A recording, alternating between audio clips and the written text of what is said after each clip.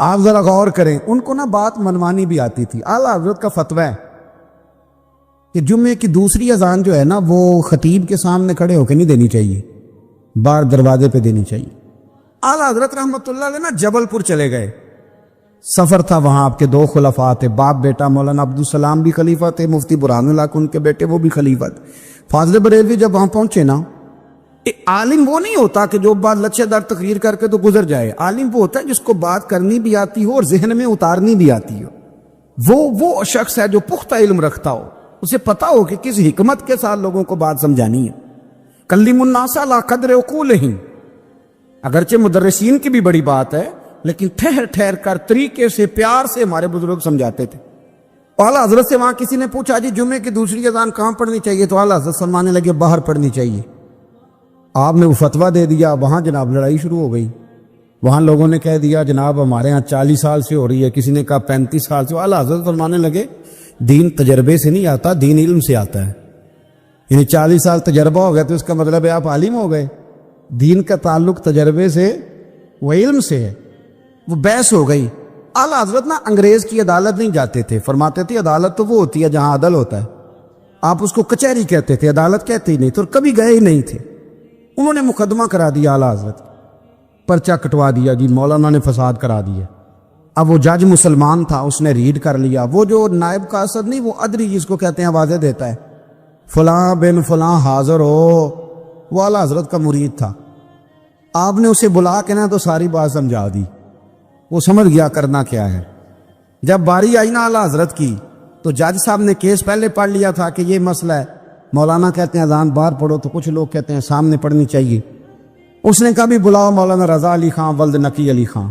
وہ کہنے لگا کھڑا ہو کے نا جج کے سامنے، کانوں میں دونوں بالکل جج کے آواز دینی تھی نا باہر جا کے، تو جج صاحب کے سامنے جج صاحب کی طرف منہ کر کے کہنے لگا مولانا رضا علی خان ولد نقی علی خان حاضر ہو، اور جج کہنے لگا بیوقوف باہر جا کے کہنے لگے یہی تو میرے پیر کہتے ہیں، یہی تو وہ فرماتے ہیں کہ خطیب تو آیا بیٹھا جمعہ پڑھانے، وہ تو آیا ہوا ہے، باہر جا کے کہے جو نہیں آئے انہیں بھی پتہ چل جائے کہ جمعہ پڑھنا ہے، یہی تو وہ کہتے ہیں۔ وہ جج کہنے لگا مولانا کو آنے کی ضرورت نہیں، وہ جو بھی کہہ رہے ہیں ٹھیک ہی کہہ رہے ہیں، وہ ٹھیک کہہ رہے ہیں جو بھی کہہ رہے ہیں۔ انہوں نے فکری طور پر لوگوں کی تربیت کی، انہیں بات سمجھائیں۔ ایک مولانا نے کہہ دیا کہ نبی پاک صلی اللہ علیہ وسلم کو تو غیب کا علم ہی نہیں، تو اعلیٰ حضرت فرمانے لگے تو بتا اگر نہ ہو حضور کو غیب کا علم تو تیرا کیا فائدہ ہے؟ سوچنے کی بات ہے نا بھائی، کوئی اختلاف نہیں، لیکن کسی کا کیا نقصان ہے اگر اللہ اپنے نبی کو غیب کے خزانوں کی چابیاں دے؟ ہے کسی کا نقصان؟ عجیب فلسفہ ہے نا۔ میں سفر کرتے رہتا ہوں تو بچے میپ لگا لیتے ہیں، اس کو غیب ہے کدھر جانا ہے کدھر نہیں جانا، لے جاتا ہے کہ نہیں، لیفٹ ہو جاؤ رائٹ ہو جاؤ، کس نے بتایا اسے؟ اس کی بات ماننا اسلام کے کفر۔ اللہ اکبر، الجھ گئی نا بات۔ پھر وہ بتاتا ہے کہ آپ 5 گھنٹے 4 منٹ میں فلاں جگہ پہنچ جائیں گے، تو اتنی دیر میں بندہ پہنچ جاتا ہے این ٹائم پہ، تو یہ بات ماننا اسلام کے کفر۔ لیکن مجھے افسوس اس بات کا ہے کہ ڈاکٹر کا الٹرا ساؤنڈ ماننے والے، میپ کی باتیں ماننے والے، کل اتنے بجے بارش ہو جائے گی یہ ماننے والے، اگر کہا جائے کہ رسول پاک نے یہ غیب کی خبر دی ہے تو لوگ اڑ جاتے ہیں۔ اعلیٰ حضرت فرماتے ہیں یوں نہ کرو جسے کوئی سائنسدان پڑھائے، اگر وہ بہت ساری باتیں بتا سکتا ہے تو جسے رب رحمان پڑھائے۔ الرحمن علم القرآن خلق الانسان، میں تم بات ہی نہیں مانتے؟ فاضل بریلوی نے الدولت المکیہ پوری کتاب لکھی ہے، آپ فرماتے ہیں اللہ نے سب سے زیادہ غیب کی خزانوں کی چابیاں اپنے نبی کو عطا فرمائی ہے۔ تو آپ نے ہر محاذ پر حضور کی شانیں بیان فرمائی، نبی پاک کی عظمتوں کے تذکرے کیے۔ آپ نے فرمایا کہ اولیاء اللہ، صوفیہ، بزرگ، ان پر تنقید نہ کرو۔ ہمارا نا آج مزاج بن گیا ہے، میں اکثر کہتا ہوں کہ لوگوں کا ذائقہ خراب ہو گیا ہے۔ یہ جو لوگ کہتے ہیں نا نماز میں دل نہیں لگتا، محفل میں سرور نہیں آتا، ہم جب اینک تنقید کی لگا کے جاتے ہیں تو کیسے مزہ آئے گا؟ جب ہم سامنے والے کو اچھا ہی نہیں سمجھ رہے، سب سے اچھے ہم خود ہیں۔ میں اکثر کہا کرتا ہوں کہ جب تک ہم تھوڑا سا نیچے بیٹھ کے اوپر نہیں نہ دیکھتے، بندے ہمیں بڑے نظر نہیں آئیں گے، چھوٹے چھوٹے نظر آئیں گے۔ ہم ہمیشہ اوپر کھڑے ہو کے نیچے دیکھتے۔ مہربانی فرمائیں۔ بڑی شاندار بات لکھی اعلیٰ حضرت بریلوی نے ملفوظات شریف میں۔ آپ فرماتے ہیں 2 بڑے زبردست قاری تھے، تلفظ اچھا ہی ہونا چاہیے، لیکن اس کا یہ مطلب نہیں کہ پھر آپ سب پہ تنقید ہی کرتے رہیں۔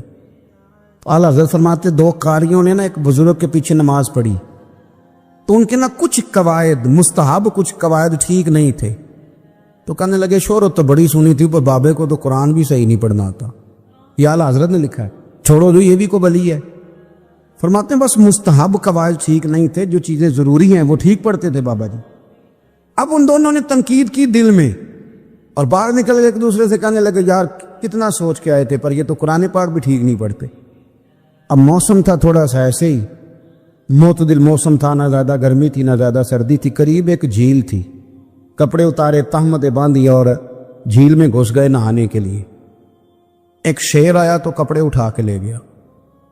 اب بندہ پانی میں کتنی کو دیر رہ سکتا ہے، موسم بھی معتدل تھا، بڑی گرمی میں بھی بندہ زیادہ نہیں رہ سکتا، ٹھٹھرنے لگے، پریشان ہو گئے، کانپنے لگے، جائیں تو کدھر جائیں، بڑے پریشان۔ اب شیر بیٹھا ہے سامنے اور پہاڑی کے اوپر وہ بیٹھا کپڑے لے کے۔ اعلیٰ حضرت فاضل بریلوی رحمۃ اللہ تعالیٰ علیہ فرماتے ہیں کسی نے جا کے بزرگوں کو بتایا کہ وہ آپ کے مہمانوں کے کپڑے لے گیا شیر، تو ٹھٹھر رہے، وہ بزرگ آئے اور آ کے نا تو شیر کو آواز دی، اللہ ہر مشکل دی کنجی یارو ہاتھ مردان دے آئی۔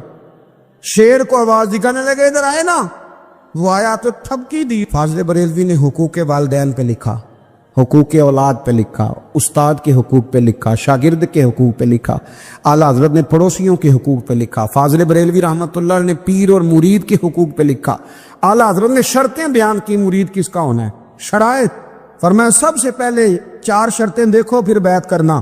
پہلی بات یہ کہ وہ بندہ اتنا عالم ہے کہ ضرورت کے مسئلے بتا سکے، جاہل کی بیعت جائز نہیں، اور دوسرے نمبر پہ فرمایا یہ بھی دیکھو کہ اعلانیہ گناہ تو نہیں کرتا، ظاہری طور پر شریعت کا پابند ہے۔ تیسرے نمبر پر یہ دیکھو اس کا سلسلہ متصل ہے، باقاعدہ کسی سے مرید ہوا ہے، سلسلہ اوپر تک صحیح چل رہا ہے۔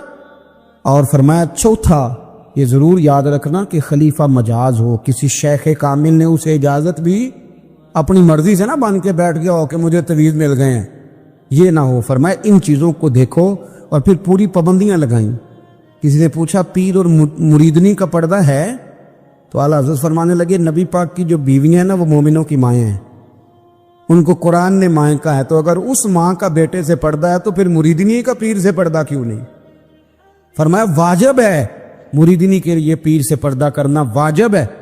آپ کو ایک بزرگ تھے، انہوں نے اپنے ہاں جلسے پہ بلایا، جب آپ پہنچے تو وہ عورتوں کو ننگے منہ تعویذ دے رہے تھے، آپ نے دور سے دیکھا تو واپس آ گئے، وہ دوڑے پیچھے، کہنے لگے مولانا کچھ تو خیال کریں، لوگ کیا سوچیں گے، ایسے چلے گئے۔ تو آپ فرمانے لگے شاہ جی آپ نبی پاک کی شریعت کا خیال نہ کریں تو میں آپ کا خیال کروں؟ شریعت اسلامیہ کا خیال نہیں کر رہے، بے پردہ عورتوں میں بیٹھے ہو۔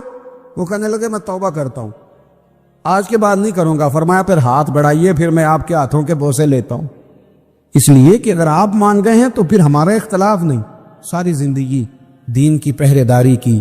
اعلیٰ حضرت رحمۃ اللہ علیہ نے آج سے 150 سال پہلے کہا تھا مسلمان اپنے بینک قائم کریں، اپنا سرمایہ۔ ایک جو باتیں آج کر رہے ہیں نا آپ کے لوگ دانشور، وہ 125 سال پہلے کہا تھا کہ اپنے بینک بناؤ، آپس میں مسلمان تجارت کریں۔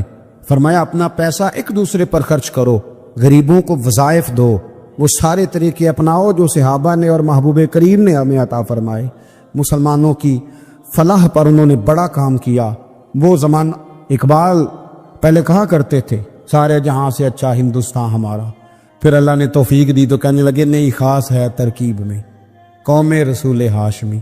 اعلیٰ حضرت اسی زمانے سے کہہ رہے تھے نہیں بھائی جو مصطفیٰ کے غلام ہیں ان کا منصب اور معیار الگ ہے، بڑی محبت سے زندگی گزاری، اللہ سے بڑا ڈرتے تھے۔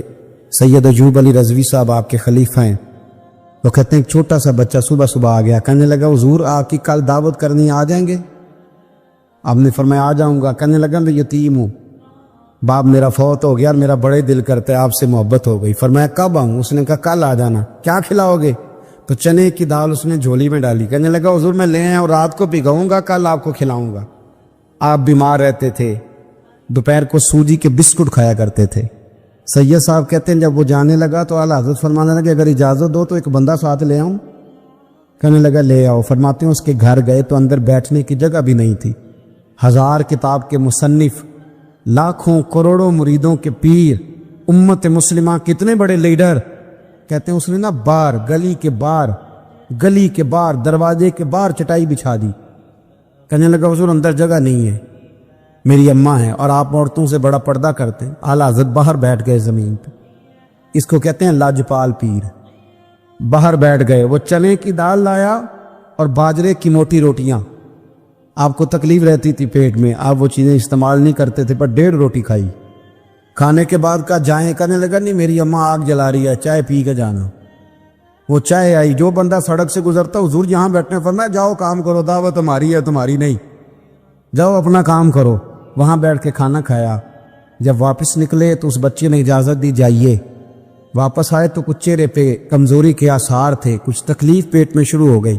سید صاحب کہنے لگے حضور آپ نے کیا کیا، بیمار ہو جائیں گے۔ فرمانے لگے ایوب علی یار بیماری تو ٹھیک ہو جائے گی، پر تو نے دیکھا نہیں یتیم کا دل کتنا راضی ہو گیا ہے، کتنا راضی ہو گیا اس کا دل۔ دنیا میں کیوں نہ نبی پاک کی غلامی میں آ جائیں۔ وہ کہتے تھے دنیا، اعلیٰ حضرت نے کتاب لکھی الامن والاولا، اس میں آپ فرماتے ہیں جو حضور کی پناہ میں آ جاتا ہے نا وہ بچ جاتا ہے۔ اللہ کرے آپ کو سمجھ آئے میری بات کی۔ جو حضور کی پناہ میں آ جاتا ہے، وہ جو دنیا دار رہتا ہے، مالدار رہتا ہے، حضور کی پناہ میں نہیں آتا وہ بے سکون رہتا ہے۔ فرماتے یہاں دنیا میں بھی حضور کی پناہ میں آ جاؤ، آج لے ان کی پناہ۔ اور آج دلیل آپ نے ابن ماجہ کی حدیث لکھی ہے، حضرت تمیم داری حدیث کے راوی ہیں، اعلیٰ حضرت نے لکھی ہے۔ فرماتے ہیں جو حضور کی پناہ میں آیا بچ گیا۔ دلیل دیتے ہیں، فرمایا انسان تو انسان، جانور بھی آتے تھے تو بچ جاتے تھے۔ حضرت تمیم داری رضی اللہ تعالیٰ عنہ فرماتے ہیں کہ ہم کھڑے تھے، ایک اونٹ دوڑتا ہوا آیا، نبی کریم صلی اللہ علیہ وسلم کے پہلے اس نے قدموں پہ سجدے کیے۔ صحابہ کہنے لگے حضور ہمیں بھی اجازت دیں۔ فرمایا وہ تو بے زبان ہے، اسے تو پتہ کوئی نہیں، پیش نظر ہے وہ نو بہار، سجدے کو دل ہے بے قرار، روکیے سر کو روکیے یہی تو امتحان ہے۔ فرمایا اسے کیا پتا، تم تو مکلف ہو شریعت کے، تمہیں اجازت نہیں ہے۔ اور اعلیٰ حضرت نے 2 ٹوک لکھا ہے، فرمایا سوائے خدا کے کسی کو تعظیمی سجدہ بھی حرام ہے۔ یہ نوٹ کر لیں میری بات۔ اور اعلیٰ حضرت نے فتاوی رضویہ میں لکھا ہے کسی قبر پہ جاؤ تو 4 ہاتھ دور کھڑے رہو۔ اللہ کرے آپ کو سمجھ آئے، کتنے ہاتھ؟ 4 ہاتھ دور کھڑے رہو، سورۃ فاتحہ پڑھو، درود شریف پڑھو، جس قبر پہ گئے ہو ان کی روح کو اصال ثواب کر، ان کے وسیلے سے دعا مانگو۔ اعلیٰ حضرت فرماتے ہیں قبر کو سجدہ بالاتفاق حرام ہے، طواف قبر کا کرنا بالاتفاق حرام ہے، بوسہ لینے میں اختلاف ہے کہ جائز ہے کہ ناجائز ہے، لیکن بوسے سے بھی چونکہ شک پڑتا ہے تو فرماتے ہیں احمد رضا کی رائے یہ ہے کہ بوسہ لینے سے بھی بچا جائے۔ وہ آ گیا تو اس سے اگلی باتیں کرتا ہے، بس خاموش رہ، باادب رہ اور پیچھے رہ۔ تو حضرت تمیم داری کہتے ہیں یہ حدیث اعلیٰ حضرت نے لکھی ہے الامن والاولا میں۔ فرماتے ہیں کہ اونٹ نے پہلے سجدہ کیا، قدم چومے، پھر اس نے حضور کے کان میں کوئی بات کہی۔ روزے دے دوالے نے غلاماں دیاں ٹولیاں، ایک پیا سندا ہے کروڑاں دیاں بولیاں، یعنی اونٹ نے بات کی تو حضور نے وہ بھی سن لی۔ اعلیٰ حضرت کہتے ہیں جو پناہ میں آتا ہے بچ جاتا ہے۔ کہتے ہیں رسول کریم نے نا اونٹ کی پشت پہ ہاتھ پھیرا اور اللہ کے محبوب فرمانے لگے فکر نہ کر، اب تو آ گیا ہے نا، تو جیسے تو کہے گا ویسے ہی ہو جائے گا، جیسے تو کہے گا ویسے ہی۔ ابن ماجہ میں موجود ہے، پر میں چونکہ فاضل بریلوی رحمۃ اللہ علیہ کی کتاب سے پیش کر رہا ہوں الامن والاولا سے، تو میں اسی انداز میں پیش کر رہا ہوں جس انداز میں وہاں ہے۔ حضرت تمیم داری کہتے ہیں کہ ہماری سمجھ میں بات کوئی نہ آئی، تھوڑی دیر گزری تو کچھ لوگوں نے ہاتھوں میں رسیاں پکڑی ہیں، خنجر پکڑے ہیں، دوڑے آئے، یا رسول اللہ یہ ہمارا اونٹ ہے۔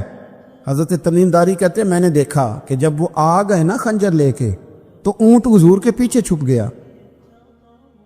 آج لے ان کی پناہ، آج مدد مانگ ان سے، وہ حضور کے پیچھے چھپ گیا۔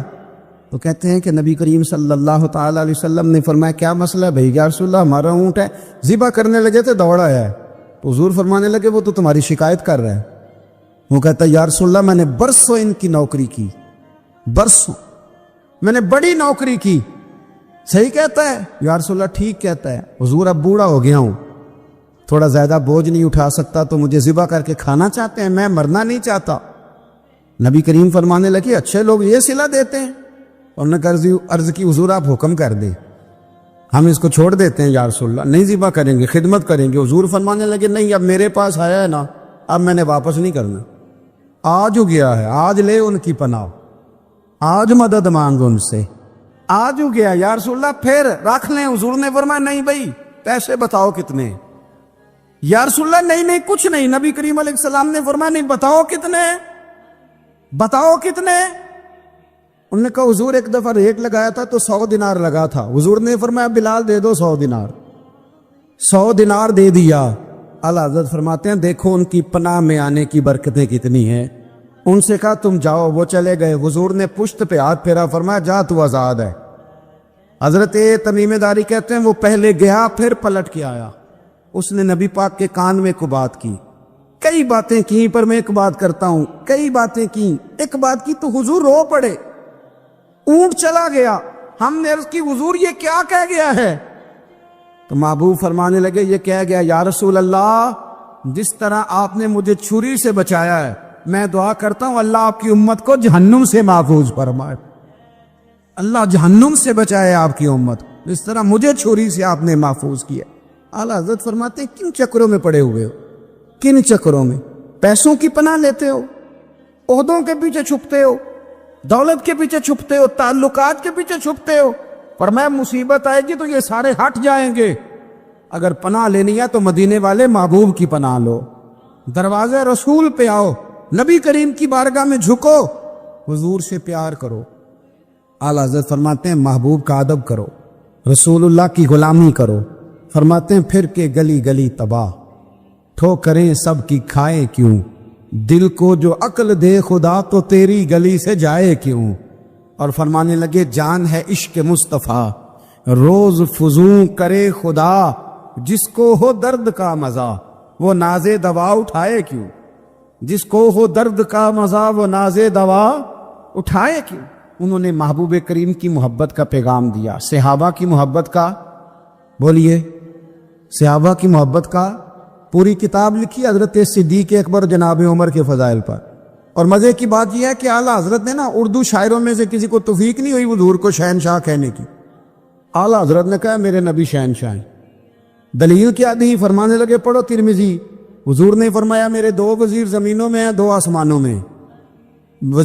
زمین کے 2 وزیروں کے نام ابو بکر اور عمر ہیں, آسمان کے 2 وزیر ہیں جبریل اور میکائیل. اعلیٰ حضرت کہنے لگے حضور وزیر تو کسی شہنشاہ کے ہی ہوتے ہیں, پھر کہہ لو نا شہنشاہ.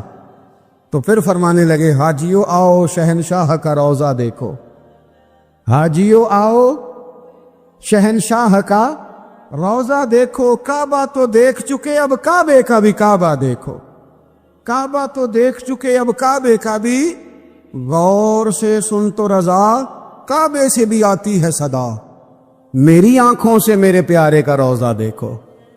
اعلیٰ حضرت نے ساری زندگی اور صحابہ کرام کی بات کی, اہل بیت کی بات کی, اولیاء کی بات کی, صوفیاء کی بات کی, دفاع کیا سب کا, سب کے شانوں میں لکھا, امت کو بتلایا کہ اپنے بزرگوں سے جڑے رہو گے تو بچے رہو گے. اعلیٰ حضرت نے طنز کرنے سے, تنقید کرنے سے, بلا وجہ غلطیاں نکالنے سے اور ایک دوسرے پر لان تان کرنے سے ہمیں بچنے کو کہا. اعلیٰ حضرت فرماتے ہیں کوئی علم اگر آ جائے نا تو اس کا معنی یہ نہیں کہ سب کو جاہل سمجھ لینا چاہیے. سمجھ آ رہی ہے میری بات کی؟ ہم جس شعبے میں بھی ہوتے ہیں نا سامنے والے کو ان پڑھ ہی سمجھتے ہیں. مولویوں کے بارے میں بعض لوگوں کا خیال ہے کہ یہ پتہ نہیں کون سی مخلوق ہے, ان کو کیا پتہ دنیا داری کا. میں صحیح کہہ رہا ہوں. اسی طرح جو میرے شعبے سے تعلق رکھنے والے لوگ ہیں وہ کہتے ہیں شاید سارے تاجر 2 نمبر طریقے سے ہی مال کماتے ہیں. یہ ہو نہیں سکتا, ایسا ہو نہیں سکتا. ہمیں نا دوسروں کی اہمیت کی خبر رکھنی چاہیے. ہم ایک دوسرے سے پیار, ہم طنز کرتے ہیں, تنقید کرتے ہیں. فاضل بریلوی منع کرتے تھے, آپ فرماتے یہ طریقہ درست. ہم جب غلطیاں نکالنے پہ جاتے ہیں تو معاذ اللہ اتنا اوپر بن جاتے ہیں کہ معاذ اللہ ثم معاذ اللہ اللہ رسول تک پہنچ جاتے ہیں. اعلیٰ حضرت کے زمانے میں ایک شخص نے کہہ دیا نبی پاک کا خیال آئے تو نماز ٹوٹ جاتی ہے. عقل ہے نا جی, جہاں مرضی لے جاؤ. اور کہنے لگا جی میں نے خالص اللہ کے لیے پڑھنی ہے نا فلسفہ عجیب. نبی پاک کا خیال آئے تو نماز. اعلیٰ حضرت فرمانے لگے تو بڑا ہی پاگل ہے. جب تو کہے گا السلام علیکہ ایھا النبی, خیال آئے گا کہ نہیں؟ فرمانے لگے تو بڑا ہی نادان ہے. جب تو کہے گا اللہم صلی علی محمد وعلی, خیال آیا کہ نہیں آیا؟ فرمانے لگے تو نبی پاک کی بات کرتا ہے, نماز میں تو ابا اماں کا بھی خیال آتا ہے. ربنا اغفر لی والوالدیّ, فرمانے لگے اگر ابے کے خیال سے نہیں ٹوٹتی تو مدینے والے کے خیال سے کیسے ٹوٹ گئی؟ فرمانے لگے بڑا ہی بیوقوف ہے تو۔ اعلیٰ حضرت فرمانے لگے تو کہتے ہیں حضور کا خیال آئے تو ٹوٹ جاتی ہے؟ فرمانے لگے جب تک حضور کا خیال آئے نہ نماز ہوتی ہی نہیں، جب تک حضور کا خیال نہ آئے نماز ہوتی ہی نہیں، سوال ہی نہیں پیدا ہوتا۔ لوگوں نے کہا جناب وہ کس طرح؟ تو اعلیٰ حضرت فرمانے لگے اللہ نے کہا قرآن میں واقعی الصلاۃ نماز پڑھو، یہ نہیں بتایا کتنی پڑھنی ہے، اور یہ بھی نہیں بتایا فجر کی کتنی پڑھنی ہے، یہ بھی نہیں بتایا ظہر کی، یہ بھی نہیں بتایا قیام کیسے کرنا ہے، ہمیں یہ بھی نہیں بتایا رکوع کیسے کرنا ہے۔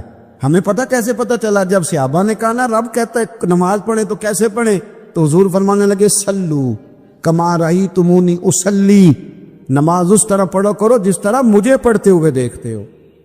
تو کہا یہ تو کیسی عجیب بات کر رہا ہے کہ نبی کریم صلی اللہ علیہ وسلم کا خیال آئے۔ اور پھر بڑی مزیدار بات، ایک شخص نے اعلیٰ حضرت سے آ کے نا، اس زمانے میں نا ایک آریہ مذہب ہوتا تھا، اب اللہ کا شکر ہے وہ کوئی نہیں، اب ویسے جو بڑے نئے نئے مذہب نکل آئے ہیں، جو آدمی جتنا پڑھ جاتا ہے معاذ اللہ وہ ایک نئی بات ہی شروع کر دیتا ہے، اور جو انوکھی بات کرے اس کے پیچھے رش بھی زیادہ ہو جاتا ہے، سٹائل ذرا ہٹ کے ہو نا جی تو ذرا ماحول جلدی بن جاتا ہے۔ تو وہ آریہ مذہب تھا، تو وہ ایک آریہ آ گیا اعلیٰ حضرت کے پاس، آ کے کہنے لگا کہ فرض کی اہمیت زیادہ ہے کہ سنت کی؟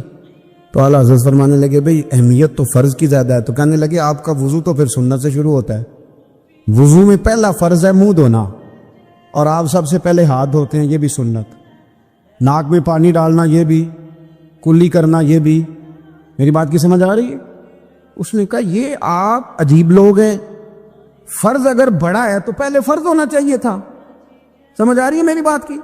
لوگ دین پر بڑے بڑے مختلف اعتراضات کرتے ہیں نا، اس نے کہا جی پہلے ہونا چاہیے تھا فرض، تو منہ دھونا فرض ہے، آپ نے گھٹنوں تک ہاتھ دھوئے، اب یہ جو آپ نے ہاتھ دھو یہ بھی سنت، کلی کری تو وہ بھی سنت، ناک میں پانی ڈالا تو وہ بھی سنت، تو آپ تو چوتھے نمبر پہ فرض ادا کر رہے۔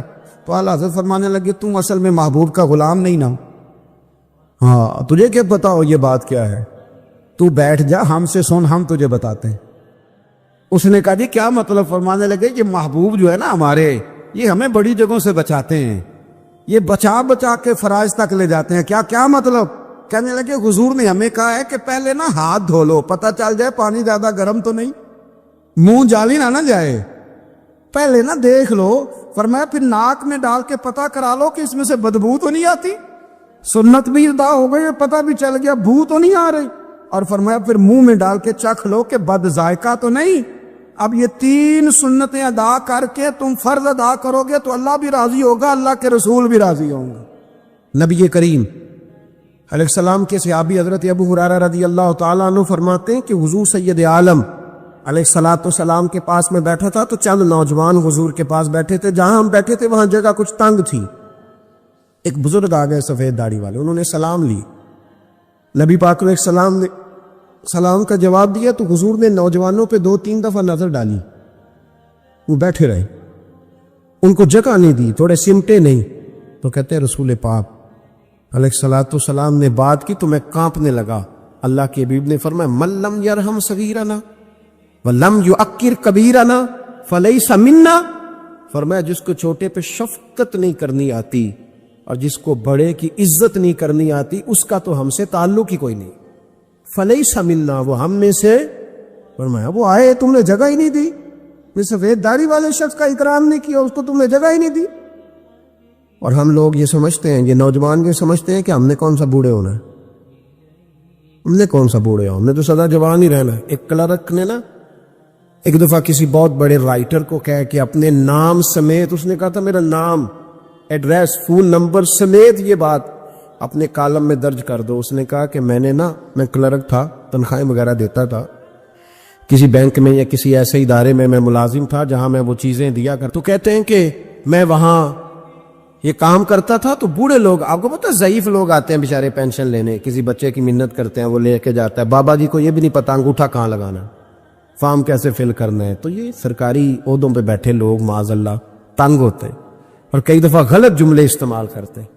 تو کہا کرتا تھا کہ میں بڑا سخت رویہ رکھتا تھا، اب میری بھی پینشن ہو گئی ہے، اور اب جب میں خود لینے جاتا ہوں نا تو کہتے جتنے دھکے میں یہ تھے اس سے 11 گنا کھا چکا ہوں، پر معافی کوئی نہیں مل رہی۔ تو لوگوں کو یہ میرا نام لے کے ایڈریس سمیت بتا دیں کہ اگر اپنا بڑھاپا سیف کرنا چاہتے ہیں تو اپنی جوانی محتاط کریں، اگر اپنا بڑھاپا سیف کرنا چاہتے ہیں تو اپنی جوانی، اور بڑھاپے میں باتیں برداشت ہوتی، جوانی میں برداشت ہوتی ہیں، بڑھاپے میں تو لفظ سہے بھی نہیں جاتے، آنسو خود بخود نکل جاتے ہیں جب بچہ بات کرتا ہے۔ سنو، یہ نوجوان یہ حدیث یاد کر لیں، یہ طبرانی میں موجود ہے، میرے نبی کریم علیہ الصلوۃ والسلام نے فرمایا یہ حدیث یاد کر لینی ہے۔ پڑھیے درود صلی اللہ ہو، پھر کہیے صلی اللہ ہو، چلے تیسری دفعہ بھی پڑھ لیں صلی اللہ ہو۔ رسول پاک علیہ الصلوۃ والسلام نے فرمایا جو شخص اپنی جوانی میں کسی بوڑھے کی عزت کرے گا، جب وہ بوڑھا ہوگا تو اللہ اسے کئی گنا بڑھ کے اس کی عزت کرائے گا، اس کی کی گئی عزت سے کئی گنا بڑھ کے رب پھر اس کی عزت کرائے گا۔ نوجوان اکرام کرنا سیکھیں، بزرگوں کا احترام کریں، اپنے بڑوں کے ساتھ، اور بڑوں میں جتنے بھی صاحب فضیلت بڑے ہیں، آپ کا جو استاد ہے وہ آپ کے لیے بڑا قابل احترام ہے، بڑا قابل احترام ہے۔ میں ماسٹر کی ڈگری لینے کے بعد اب بھی کبھی گاؤں میں اپنی پرائمری کے ٹیچروں کو دیکھتا ہوں، اب بھی تو احساس پیدا ہوتا ہے کہ یہ اگر ہمیں وہ الف با تا سا نہ پڑھاتے، شروع کی کتابیں یہ المدہ عام نہ پڑھاتے تو پھر اس سے آگے بھی ہمیں پڑھنا نہ آتا۔ اور اگر آپ کو اللہ تعالیٰ سمجھ دے نا، توفیق دے، تو یہ سمجھے کہ جو چھوٹا استاد ہوتا ہے اس کی محنت زیادہ ہوتی ہے۔ ہاں یونیورسٹی والے جو ٹیچر ہیں تو لیکچر دے کے چلے جاتے ہیں، تو وہ جس نے رٹا لگایا نا پہاڑے یاد کرانے کا، وہ جس نے آپ کو املا لکھنی سکھائی ہے نا، اس کی محنت، اگرچہ اس کی تعلیم میٹرک پی ٹی سی ہے، اگرچہ اب آپ اس سے کئی گنا زیادہ تعلیم حاصل کر گئے، لیکن اصل مشقت اس قاری صاحب کی ہے جس قاری نے آپ کو قاعدہ پڑھایا ہے، جس نے تلفظ ٹھیک کرایا ہے۔ ابتدائی کتابوں کے اساتذہ کی مشقت زیادہ ہوتی ہے، بڑے لوگ تو لیکچر دے کے چلے جاتے ہیں۔ تو بھائی ادب کرنا سیکھیں۔ میرے رسول پاک صلی اللہ علیہ وسلم نے ارشاد فرمایا، حضور فرمانے لگے ایک تیرا باپ وہ ہے جس کی صلب سے تو پیدا ہوا، اور ایک تیرا باپ وہ ہے جس نے اپنی بیٹی دے کے تجھے بیٹا بنایا، اور فرمایا ایک تیرا باپ وہ ہے جس نے تجھے تعلیم دی۔ وہ تیرا باپ ہے، اس کا اکرام کر، اس کا ادب۔ اور حضرت مولا علی شیر خدا نے تو شیروں جیسی بات ہی کر دی۔ بڑے لوگ بڑی بڑی باتیں، اتنی بڑی بات اس موضوع پر میں نے تلاش کیا ہے، میں نے بڑے لوگوں کو پڑھا ہے اس عنوان پر، لیکن اتنی بڑی بات کہیں نہیں ملی۔ حضرت علی المرتضیٰ رضی اللہ تعالیٰ عنہ فرمانے لگے جس نے مجھے ایک حرف سکھایا ہے وہ میرا استاد ہے، اگر وہ چاہے تو مدینے کے چوک میں کھڑا کر کے مجھے بیچ دے، میں اس کے ہاتھوں بکنے کو بھی تیار ہوں۔ وہ جس نے مجھے ایک حرف، اساتذہ کا احترام نہیں، اساتذہ پریشان، استاد تو بیچارہ روز کٹہرے میں کھڑا ہے، روز کٹہرے میں، روز لوگ اس کو کہتے ہیں کہ جناب آپ نے یہ بات کیسے کر دی، آپ کی جرت کیسے ہوئی۔ اور جو لوگ، میں ایک کالج میں تھا چند دن پہلے، تو وہاں میرے جاتے ایک جھگڑا شروع تھا کہ جناب ہم کب سے آئے بیٹھے ہیں، تو ٹیچر کہتی ہے کہ یہ پیریڈ ختم ہوتا ہے تو پھر چھٹی لینی ہے، تو پہلے چھٹی دے، چونکہ ماں بدولت آ چکے ہیں۔ اکرام نہیں، جو قومیں ادب نہیں کرتی وہ تعلیم کبھی بھی حاصل ہے، اور تعلیم حاصل کر بھی لیں تو تعلیم کا فیض نہیں پا سکتے۔ فیض ادب سے ملتا ہے۔ امام اعظم ابو حنیفہ، امام ابو یوسف سے کسی نے کہا کہ یہ امام اعظم کیوں ہیں؟ فرمانے لگے یہ بڑے امام اس لیے ہیں کہ بڑا ادب کرتے، بڑے اس لیے ہیں کہ بڑا ادب۔ امام صاحب کے ساتھ 4-5 شاگرد بیٹھے تھے، ایک باغ میں آپ تشریف فرما تھے۔ تو اب تو ہمارے ہاں بڑی آسانی ہے، کتابوں کو آپ کمپیوٹر سے سرچ کر سکتے ہیں، حوالے بڑی آسانی سے مل جاتے ہیں۔ اب بھی بڑا مشکل ہوتا ہے، کتاب سے ڈھونڈنا بڑا مشکل ہے۔ ہم اپنے طالب علموں کو کبھی کہتے ہیں نا صرف کتاب ہی ڈھونڈ کے دے دو، تو وہ کہتے ہیں جی اس کو آپ لگایا ہی حروف ترجیح کے حساب سے کریں تاکہ ہمیں یہ مشقت نہ کرنی پڑے۔ آپ اس کو حروف ترجیح کے مشورے دیتے، کوئی کہتا ہے جی آپ فن کے لحاظ سے کتاب میں حدیث علیحدہ رکھا کریں، تفسیر علیحدہ رکھا کریں تاکہ ہمیں کوئی حرکت نہ کرنی پڑے۔ مشورے دیتے ہیں، چلو اچھے بچے بھی ہوتے ہیں، سارا کچھ ساتھ ساتھ ہی ہے۔ تخریج کا کام کرنا بڑا مشکل ہے آج بھی۔ جب آپ نے صحیح مطالعہ کرنا ہو تو پھر موبائل بند کر کے ہی ہوتا ہے۔ جب آپ نے کسی چیز پہ ریسرچ کرنی ہے، اس کو ہر لحاظ سے اور ہر زاویے سے آپ پڑھنا چاہتے ہیں، پھر یہ مشقت والا کام۔ اس زمانے میں زیادہ مشقت ہوتی تھی، گرمی بڑی سخت تھی، تو امام اعظم رحمۃ اللہ علیہ نے 2-3 شاگرد منگا لیے۔ اب بڑی ساری سہولیات ہیں، جب ہم کچھ صفحہ 2-3 صفحے محفوظ کرنا چاہتے ہیں تو اس کا طریقہ ہم یہ رکھتے ہیں کہ ہمارے پاس پنیں ہوتی ہیں، پن لگا لی، اتنے صفحے سائڈ پہ کر لیے، پھر کئی بہت ساری آسانیاں ہیں۔ اس زمانے کے اندر بڑا مشکل ہوتا تھا، کچھ کاغذ بھی بڑا مہنگا تھا، چیزوں کو سمیٹنا، اور اگر کوئی چیز بکھر جاتی تھی دوبارہ حاصل کرنا ایک مشقت والا کام۔ تو امام صاحب رحمۃ اللہ علیہ باغ میں بیٹھے تھے، کچھ حدیثوں پر کام ہو رہا تھا، ان کی جو روایات تھیں اس کے راوی جو تھے وہ مرتب کیے جا رہے تھے، چیزوں پر فقہ کے اصول بنائے جا رہے تھے، شاید 2 4 5 شاگرد بھی بیٹھے تھے۔ باغ کے ساتھ کچھ بچے کھیل رہے تھے، گیند گری ایک بچے کی۔ تو آپ کو پتہ ہے کہ ایک بچے کی ویسے ڈیوٹی لگائی جاتی ہے گیند ہی پکڑنے کی، کھڑا کرتے ہیں نا جی پیچھے اس کو کہ تو نے صرف گیند ہی پکڑنی ہے۔ مجھے تو کوئی دلچسپی نہیں میچ سے، لہٰذا مجھے زیادہ نام وام نہیں آتے کچھ کو کیا کہتے ہیں۔ تو اس کو کھڑا کیا تھا انہوں نے پیچھے، وہ گیند اچانک آ گئی نا جب باغ میں، تو بچہ دوڑا آیا، 12 14 سال کا بچہ، جب وہ آیا نا باغ میں تو امام صاحب نے آؤ دیکھا نہ تاؤ دیکھا، امام صاحب جھاگ سے اٹھ کے کھڑے ہو گئے، اور جب کھڑے ہوئے تو وہ کاغذ جو تھے وہ سارے بکھر گئے۔ اب امام صاحب کھڑے ہوئے تو شاگردوں کو بھی کھڑا ہونا تھا، وہ بھی سارے کھڑے ہو گئے، ان کا بھی سارا سامان بکھر گیا، ٹوٹ گیا، دائیں بائیں چیزیں ہو گئی۔ بچہ چلا گیا، امام صاحب بیٹھ گئے، شاگرد بڑے ادب والے تو انہوں نے پوچھا بھی نہیں کیا معاملہ ہے۔ اب نئے سرے سے ساری ترتیب دوبارہ سے لگائی گئی، تھوڑی دیر گزری تو بچہ پھر باغ میں آ گیا، امام صاحب پھر اٹھ کے کھڑے ہو گئے، پھر ساری چیزیں بکھر گئی۔ تیسری دفعہ وہ پھر آ گیا، اب پتہ نہیں وہ کتنی دفعہ آئے گا، بار بار شاگردوں کو بھی اٹھنا پڑتا، وہ کاغذات سارے بکھر جاتے۔ بالآخر ایک شاگرد بول پڑے، کہنے لگے حضور یہ کو بچہ ہے کہ 100 دفعہ آئے گا؟ تو امام صاحب نے برجستہ جواب دیا، فرمایا اگر یہ 100 دفعہ آیا نا تو ابو حنیفہ 100 دفعہ اٹھ کے کھڑا ہوگا، میں کھڑا ہوں گا، تمہیں تو نہیں نا پابند کر رہا۔ کہا حضور ماجرا کیا ہے، کون ہے یہ بچہ؟ تو امام صاحب فرمانے لگے یہ میرے استاد کا پوتا ہے، یہ میرے شیخ کا پوتا ہے، میرے مرشد کا پوتا ہے۔ اصلہ نال جے نیکی کریے تے نسلاں تاک نہیں بھول دے، ہاں بے اصلہ نال نیکی کریے تے پھل کنڈیاں نال تول دے۔ یہ میرے حضرت کا پوتا ہے، اس گھر سے میں نے فیض لیا ہے۔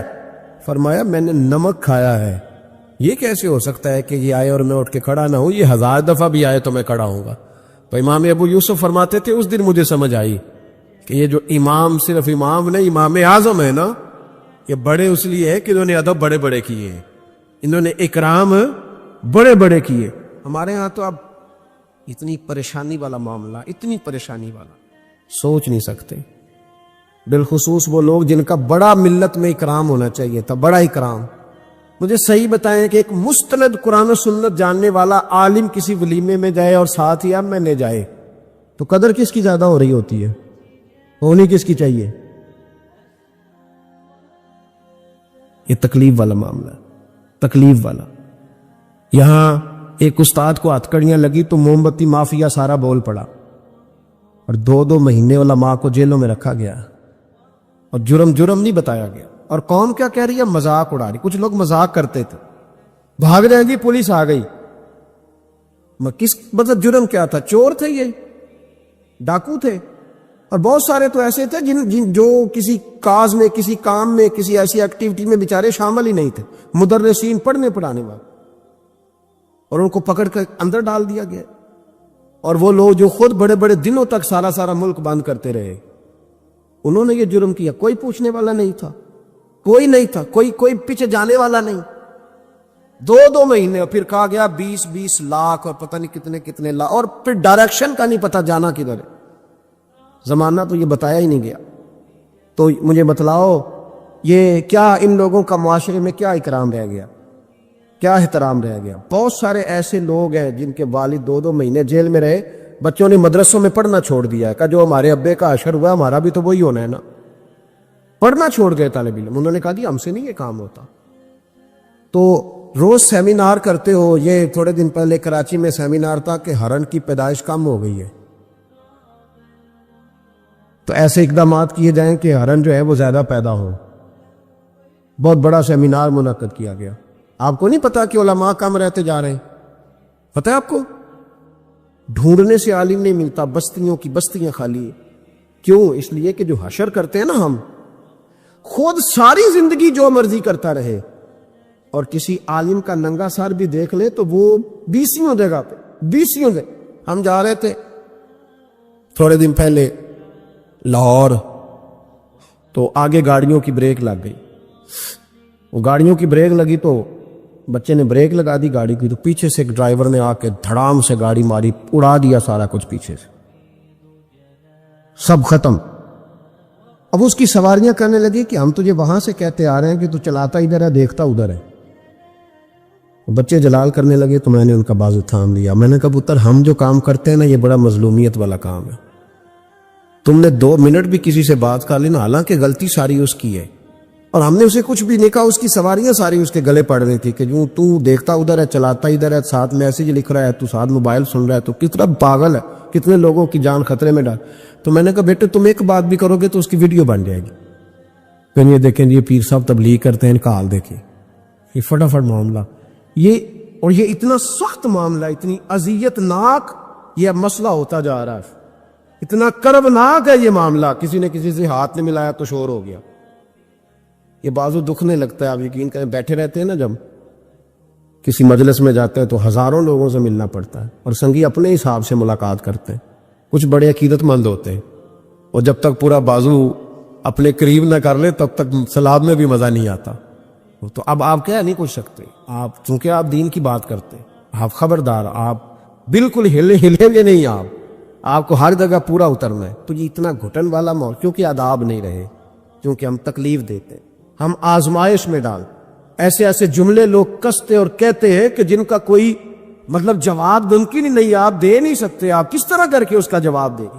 کسی نے فون کیا اور کوئی سخت بات کہہ دی تو آپ نہیں جواب دے سکتے، پتہ نہیں وہاں ریکارڈنگ نہ چل رہی ہو اور وہ اپنی بات پتہ نہیں ریکارڈ کرے نہیں کرے گا. یہ تکلیف ہے. کبھی بھی اپنے بزرگوں کو تکلیف، کبھی بھی تکلیف نہ لیں، کبھی بھی اذیت میں مبتلا نہ کریں، آزمائش میں نہ ڈالیں کبھی بھی.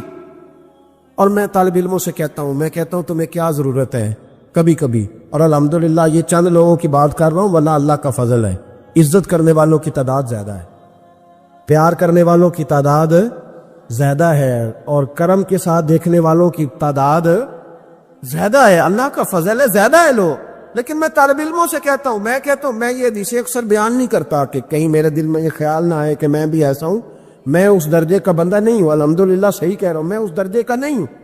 پر یار کتنی شاندار بات ہے، کتنی بڑی علامہ اسماعیل حقی نے روایت لکھی ہے. میرے نبی کریم رسول رحمت صلی اللہ علیہ وسلم آقا دو عالم علیہ السلام نے فرمایا، حضور نے نہیں فرمایا کہ پیر میرا وارث ہے، نبی پاک نے یہ نہیں فرمایا کہ جو ساری زندگی رزق حلال کھائے وہ میرا وارث ہے، یہ نہیں فرمایا کہ 40 سال عشاء کے وضو سے فجر پڑے تو اب میرا سجادہ نشین ہو گیا.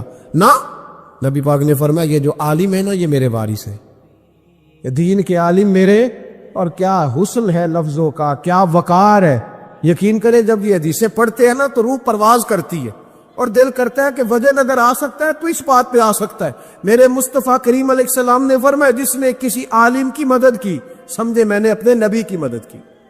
فرمایا جس نے کسی عالم کو سہارا دیا وہ سمجھے میں نے اپنے نبی کو سہارا دیا. اور حضور فرمانے لگے جو کسی عالم کی صحبت میں بیٹھا وہ سمجھے میری صحبت میں بیٹھا ہے. اور حد ہو گئی. نبی کریم علیہ السلام نے فرمایا جس نے عالم کی زیارت کر لی سمجھے اس نے میرا دیدار کر لیا. اور فرمایا عالم کا چہرہ دیکھتے رہنا بھی عبادت ہے. اتنا بڑا درجہ. اور جہاں جناب موم بتی مافیا ٹی وی پہ بیٹھے ہوئے لبرل لوگ، لبرل بے دین، یہاں تو کسی کی عزت محفوظ نہیں. تھوڑے دن پہلے ایک بڑے مشہور اینکر کی مجھے ویڈیو دکھائی بچوں نے، علامہ اقبال کو برا بھلا کہہ رہے تھے. علامہ اور بڑے غلیظ. سنے آپ نے بھی، نام لینے کی ضرورت تو نہیں، پتہ نا جی میں بات نہیں کرتا جی، کسی ہم ذکر نہیں کرتے.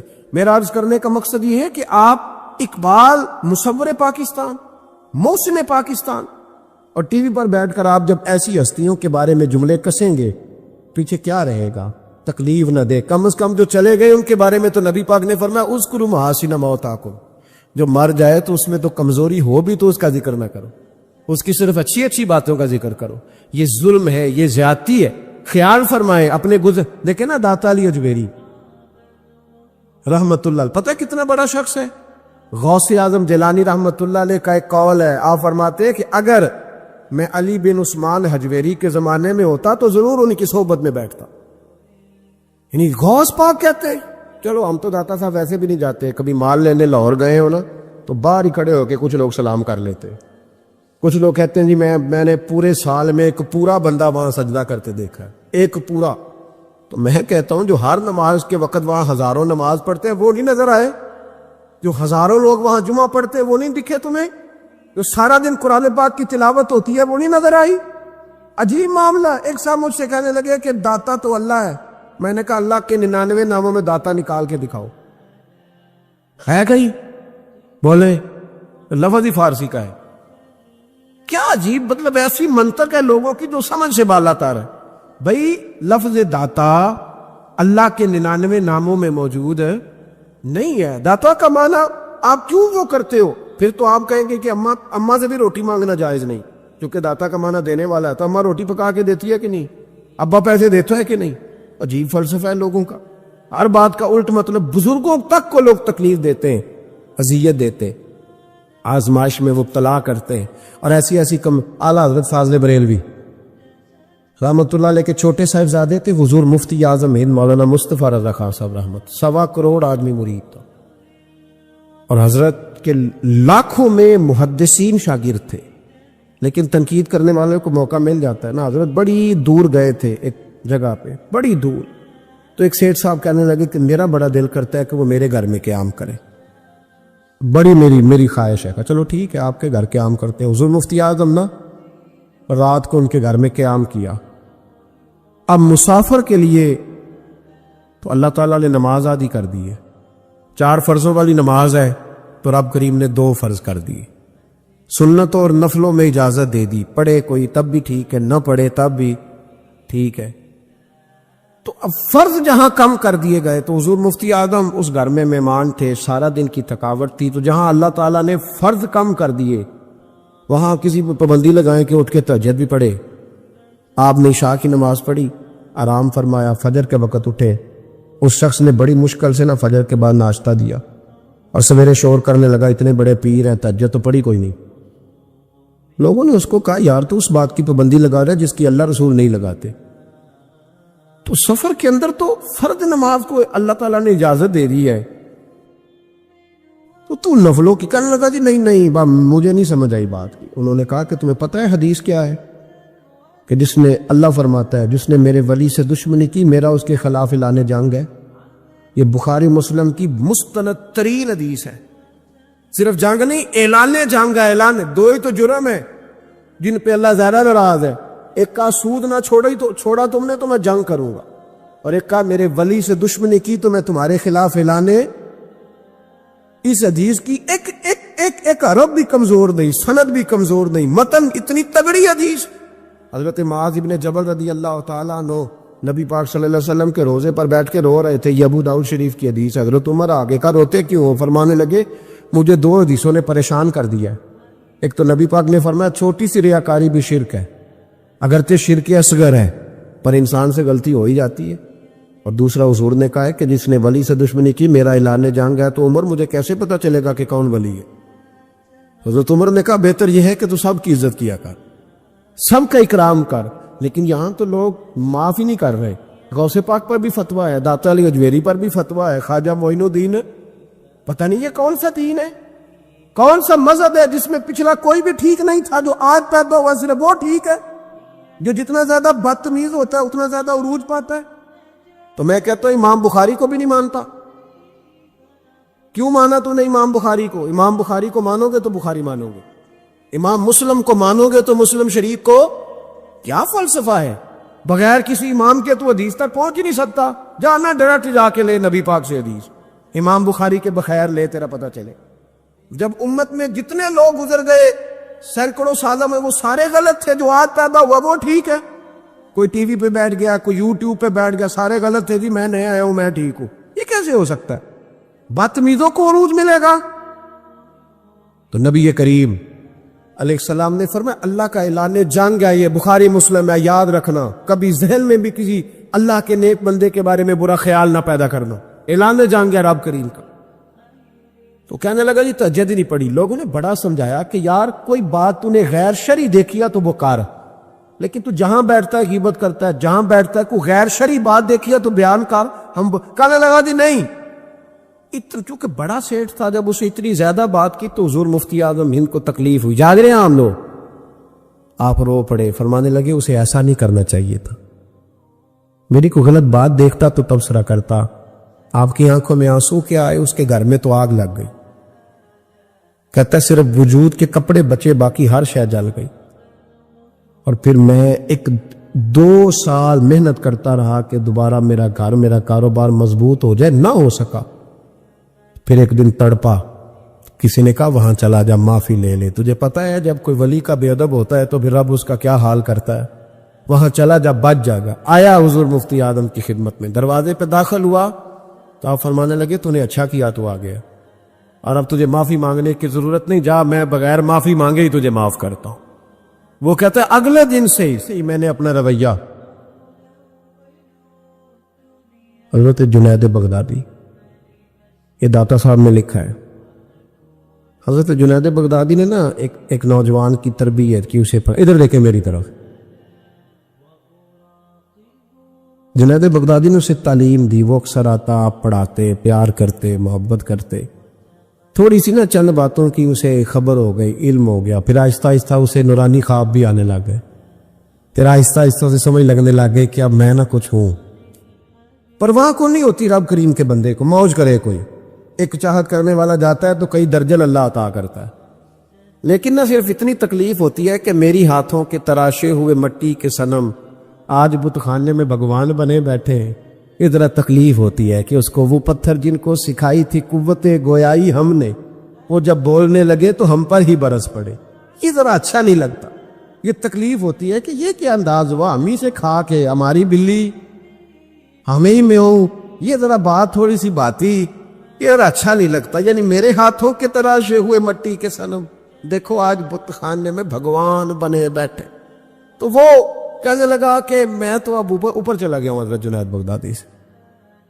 کبھی کسی کو کوئی بات سناتا، کبھی کوئی سناتا، کہتا وہ تو ابھی وہی ہیں، تبلیغ کر رہے ہیں، یہ کر رہے ہیں، تو میں تو رات خواب میں فلانی جگہ بھی ہوا ہوں، تو بہت اونچا درجہ ہے میرا، وہ آہستہ آہستہ جب پر تھوڑے نکلے نا، انہوں نے کہا تو حضرت ہنس دیتے، مسکرا دیتے، کہتے چلو موج کریں، لیکن دل میں تکلیف ضرور تھی، ہوتی ہے تکلیف، کیا کرے، اللہ نے دل جو بنایا، اس میں بعض لوگوں کے بعض جملوں کی بڑی تکلیف ہے، کئی دفعہ تکیے پہ کچھ آنسو گر جاتے ہیں، رضائی پہ منہ دے کے نا کئی دفعہ بندہ روتا ہے کہ یار سارے کر لیتے، تجھے نہیں کرنی چاہیے، لیکن چلو خیر، ایک دن نا وہ زیادہ ہی بدتمیز ہو گیا، اس نے کہا میں نے مرشد کا امتحان لینا ہے، پتہ کرنا ہے آج کتنے پانی میں، اور شیخ سعدی فرماتے ہیں جب اللہ کسی کو رسوا کرنا چاہتا ہے نا تو اسے اپنے نیک بندوں کی پردہ داری پہ لگا دیتا ہے، اور جب ان کے پردے کھولنا چاہتا ہے پھر رب اسے رسوا کرتا ہے، پھر چوکوں چراہوں میں رسوا ہوتا ہے۔ آ گیا حضرت جنید بغدادی کے پاس دل میں سوال لے کے، آج میں نے امتحان لینا ہے، تو کہنے لگا حضور میں کچھ پوچھنے آیا ہوں، تو آپ فرمانے لگے جو تو جلال آ گیا نا، پہلے تو دور دور باتیں کرتا تھا، آج اس نے سامنے کر دی تو کام خراب ہو، جلال آیا حضرت کو، تو مجھ سے بات کرے گا، میری روٹی کھا کے، میرا نمک کھا کے، میرے ٹکڑوں پہ پال کے، مجھ سے تربیت لے کے میرے سامنے بات کرے گا؟ فرمایا تو چھوڑ، تیرے دل میں سوال کیا، میں بتاؤں تو کیا پوچھنے آیا ہے؟ تو فلانا فلانا سوال لے کے آیا تھا؟ لگا حضور ہاں۔ فرمایا بتا، جواب لفظوں میں لینا ہے کہ معنوں میں لینا ہے؟ کیونکہ حضرت جلال میں تھے تو کچھ نہ بول سکا، فرمانے لگے چل میں تجھے دونوں میں ہی دیتا ہوں، چل میں تجھے دونوں میں ہی دیتا ہوں، لفظوں میں بھی دیتا ہوں، معنوں میں بھی دیتا ہوں، معنی بھی بتاؤں میں لے دوں جواب۔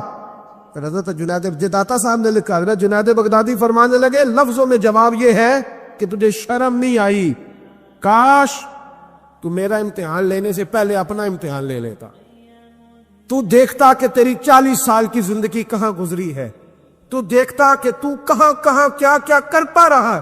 میرا یہ تو جواب ہے تیرا لفظوں میں، اور معنوں میں جواب یہ ہے کہ جا میں نے تجھ سے تیری ولایت چھین لی، جا میں نے تیرا نور چھین لیا، تو رب کے بندوں کو ستانے آیا ہے، جا اب میں نے تجھ سے سارا کچھ واپس لے لیا۔ یہ لفظ جب حضرت کی زبان سے نکلے تو اس کا منہ کالا سیاہ ہو گیا، منہ سے پانی کی رطوبتیں نکلنے لگی، وجود کانپنے لگا، پیروں میں گرا. آپ فرمانے لگے اٹھ کے چلا جا، اب معافی اسی وقت ملے گی جب رب تجھے معاف کرے. تو بھاگ جا. چھوٹی بات ہے اللہ کے ولی کے بارے میں گفتگو کرنا اور لمبی لمبی زبان کھول کے کرنا اور صبح اور شاموں میں کرنا، اتنے اتنے سخت جملے کہہ دینا. او بھائی، ایم ایل اے کے دوست کے بارے میں تو بات نہیں کر سکتا، تو منسٹر کے یار کے بارے میں بات نہیں کر سکتا، تیری جرت نہیں ہوتی.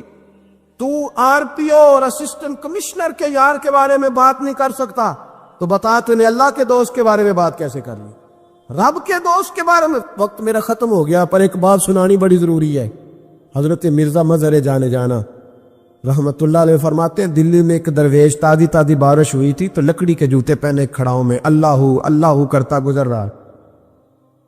ایک طوائف اور اس کا تماش بین یار سیڑھیوں سے نیچے اتر کے نا، چھت سے نیچے اتر کے سیڑھیوں میں بیٹھے، تو بابا لکڑی کے جوتے پہنے چیکر تھا، موج میں جا رہا. اس طوائف کے کپڑوں پہ تھوڑا سا کیچڑ پڑ گیا تو اس کا یار اٹھ کے آیا، اس نے تھپڑ مارا بزرگ کے منہ پہ، کہنے لگا دیکھ کے نہیں چلا جاتا. بابا جی کہنے لگے بیٹے اللہ تیرا بھلا کرے، باقی بوڑھا ہو گئے، اب صحیح نظر نہیں آتا، غلطی ہو گئی.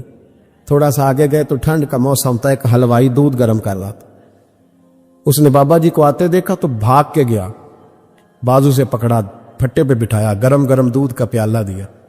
بابا جی نے بسم اللہ شریف پڑھ کے دودھ پیا، پورا پیالہ پی کے کہنے لگے یا اللہ تو کتنا بے نیاز ہے، کہیں دودھ پلاتا ہے کہیں تھپڑ مرواتا ہے، نہ میں اسے جانتا ہوں نہ اسے جانتا ہوں. اس نے تھپڑ مار دیا، اس نے دودھ پلا دیا.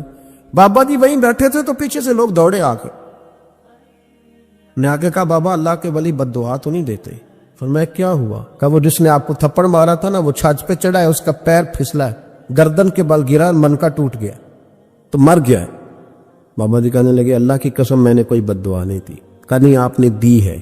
فرمایا نہیں دی. اس نے کہا دی ہے. تو بابا جی کہنے لگے پھر اصل بات سنا دوں؟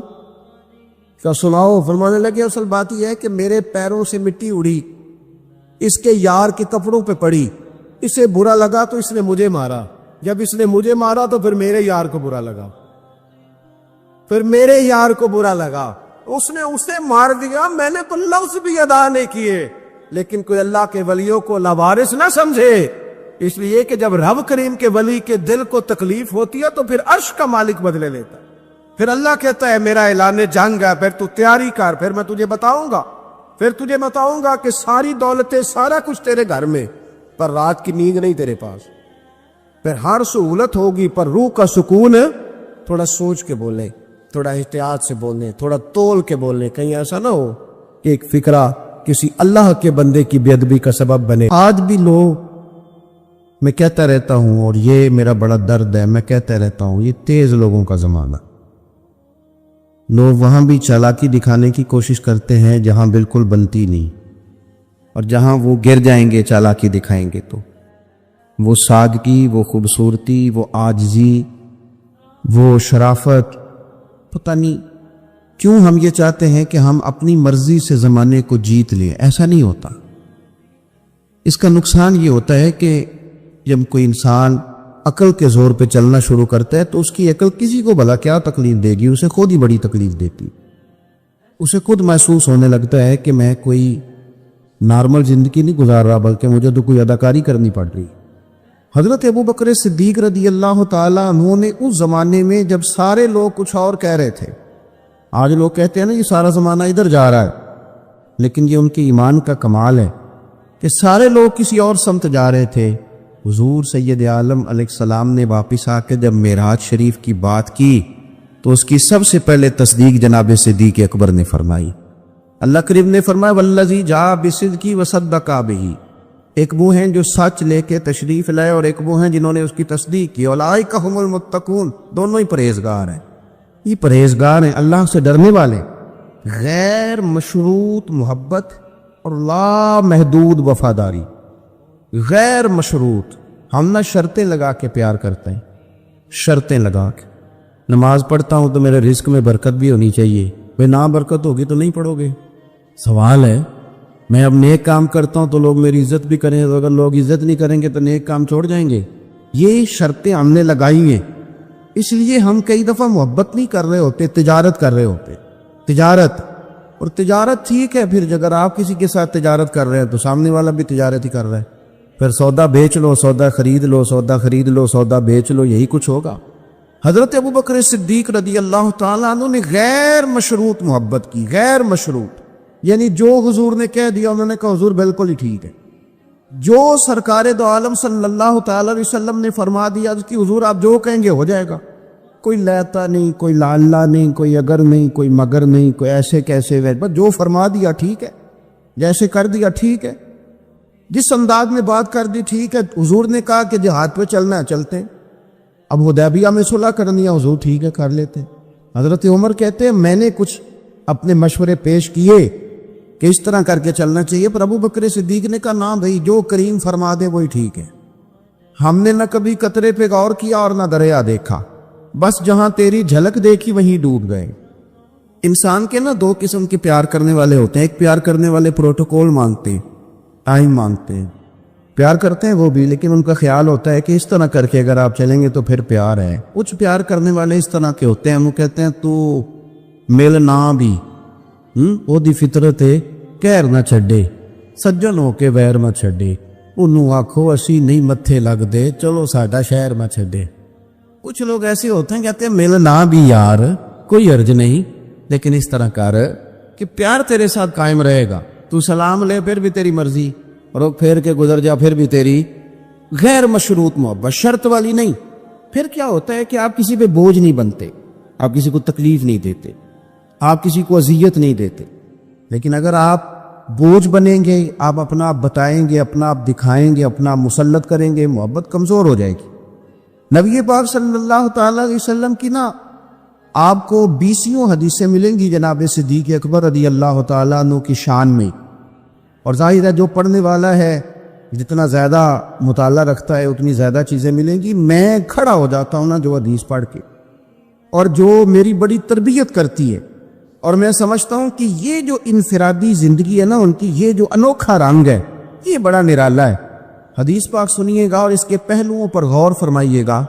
نبی پاک صلی اللہ تعالی علیہ وسلم فرماتے ہیں میرے پاس جس کا بھی مال آیا نا میں نے امانت سمجھ کے خرچ کیا، مال غنیمت بھی آیا ہے، حضرت عثمان غنی نے بھی مال دیا، جناب عبد الرحمن ابن عوف نے بھی مال دیا، جس بندے کا بھی مال آیا ہے نا میں نے امانت سمجھ کے خرچ کیا ہے۔ کیا لفظ ہیں، کیا حسن ہے، کیا تاثیر ہے، کیا اپنائیت ہے۔ حضور فرماتے ہیں جس کا مال آیا اور لوگوں میں نے امانت سمجھ کے خرچ کیا، پر جب ابو بکر کے پیسے آئے نا میں نے اپنے سمجھ کے خرچ کیے، یہ اپنے، ان کا کوئی مسئلہ نہیں۔ میں نے کہا کہ میں یہ نہیں کہتا کہ یہ سب سے بڑی فضیلت کی حدیث ہے، علماء کی اپنی اپنی رائے ہے، جو حدیث پاک پڑھنے والے لوگ ہیں طلباء اساتذہ ان کی اپنی، میری یہ رائے ہے کہ یہ جو جملہ ہے نا یہ والا، یعنی جس کے مال کوئی بندہ اپنا مال کہہ لے، دیکھیں نا کچھ جگہوں پہ آپ پوچھتے ہیں کہتے ہیں یار یہ ذرا ضرورت ہے مہربانی کر، اور کچھ پیسے ایسے ہوتے ہیں آپ اٹھا لیتے ہیں کہتے ہیں انہیں کچھ بھی نہیں کہنا، یہ حد ہے اپنائیت کی۔ حضرت صدیق اکبر کے بارے میں میرے کریم نے فرمایا کہ میں نے جب اس کے پیسے آئے ہیں نا تو مجھے یوں لگا یہ اس کے نہیں یہ میرے ہیں، میں نے اپنے سمجھ کے نا، اللہ کرے میں آپ کو سمجھا سکوں گا، جس کی چیزیں مدینے والے کی اپنی چیزیں کہلائیں، جس کی چیزیں حضور کی اپنی چیزیں کہلائیں۔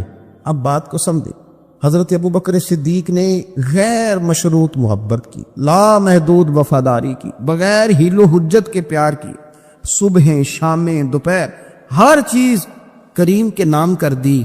حضرت ابو بکر صدیق رضی اللہ تعالیٰ عنہ مالدار بھی تھے، سمجھدار بھی تھے، تاجر بھی تھے، لوگ سارا کچھ دیکھ داکھ کے نہیں چلتے، نفع نقصان سوچ کر نہیں آگے بڑھتے، لیکن حضرت صدیق اکبر نے تو کوئی چیز دیکھی نہیں، کوئی چیز نہیں دیکھی، اور لوگ اس وقت آتے ہیں جب رش بڑھ جاتا ہے، شہرت عام ہو جاتی، جب لوگ دیکھتے ہیں نا کہ اب یہاں شاید بہت زیادہ ہے تو مکھیاں پھر جوش مارتی ہیں کہ پہنچنا چاہیے، لیکن جناب صدیق اکبر تو اس وقت آئے جب مار کھانے کے دن، اس وقت آئے جب بڑی اذیتیں مسلمانوں کو دی جاتی تھی، اپنا مال، اپنے بچے، اپنا قبیلہ، اپنی بیٹیاں، اپنا سارا گھر، اپنا سارا خاندان، ہر چیز لا کے کریم محبوب کے قدموں میں رکھ دی، اور پھر یہ کہ حضور کی خدمت کی اس انداز میں زیادہ فرق نہیں ہے۔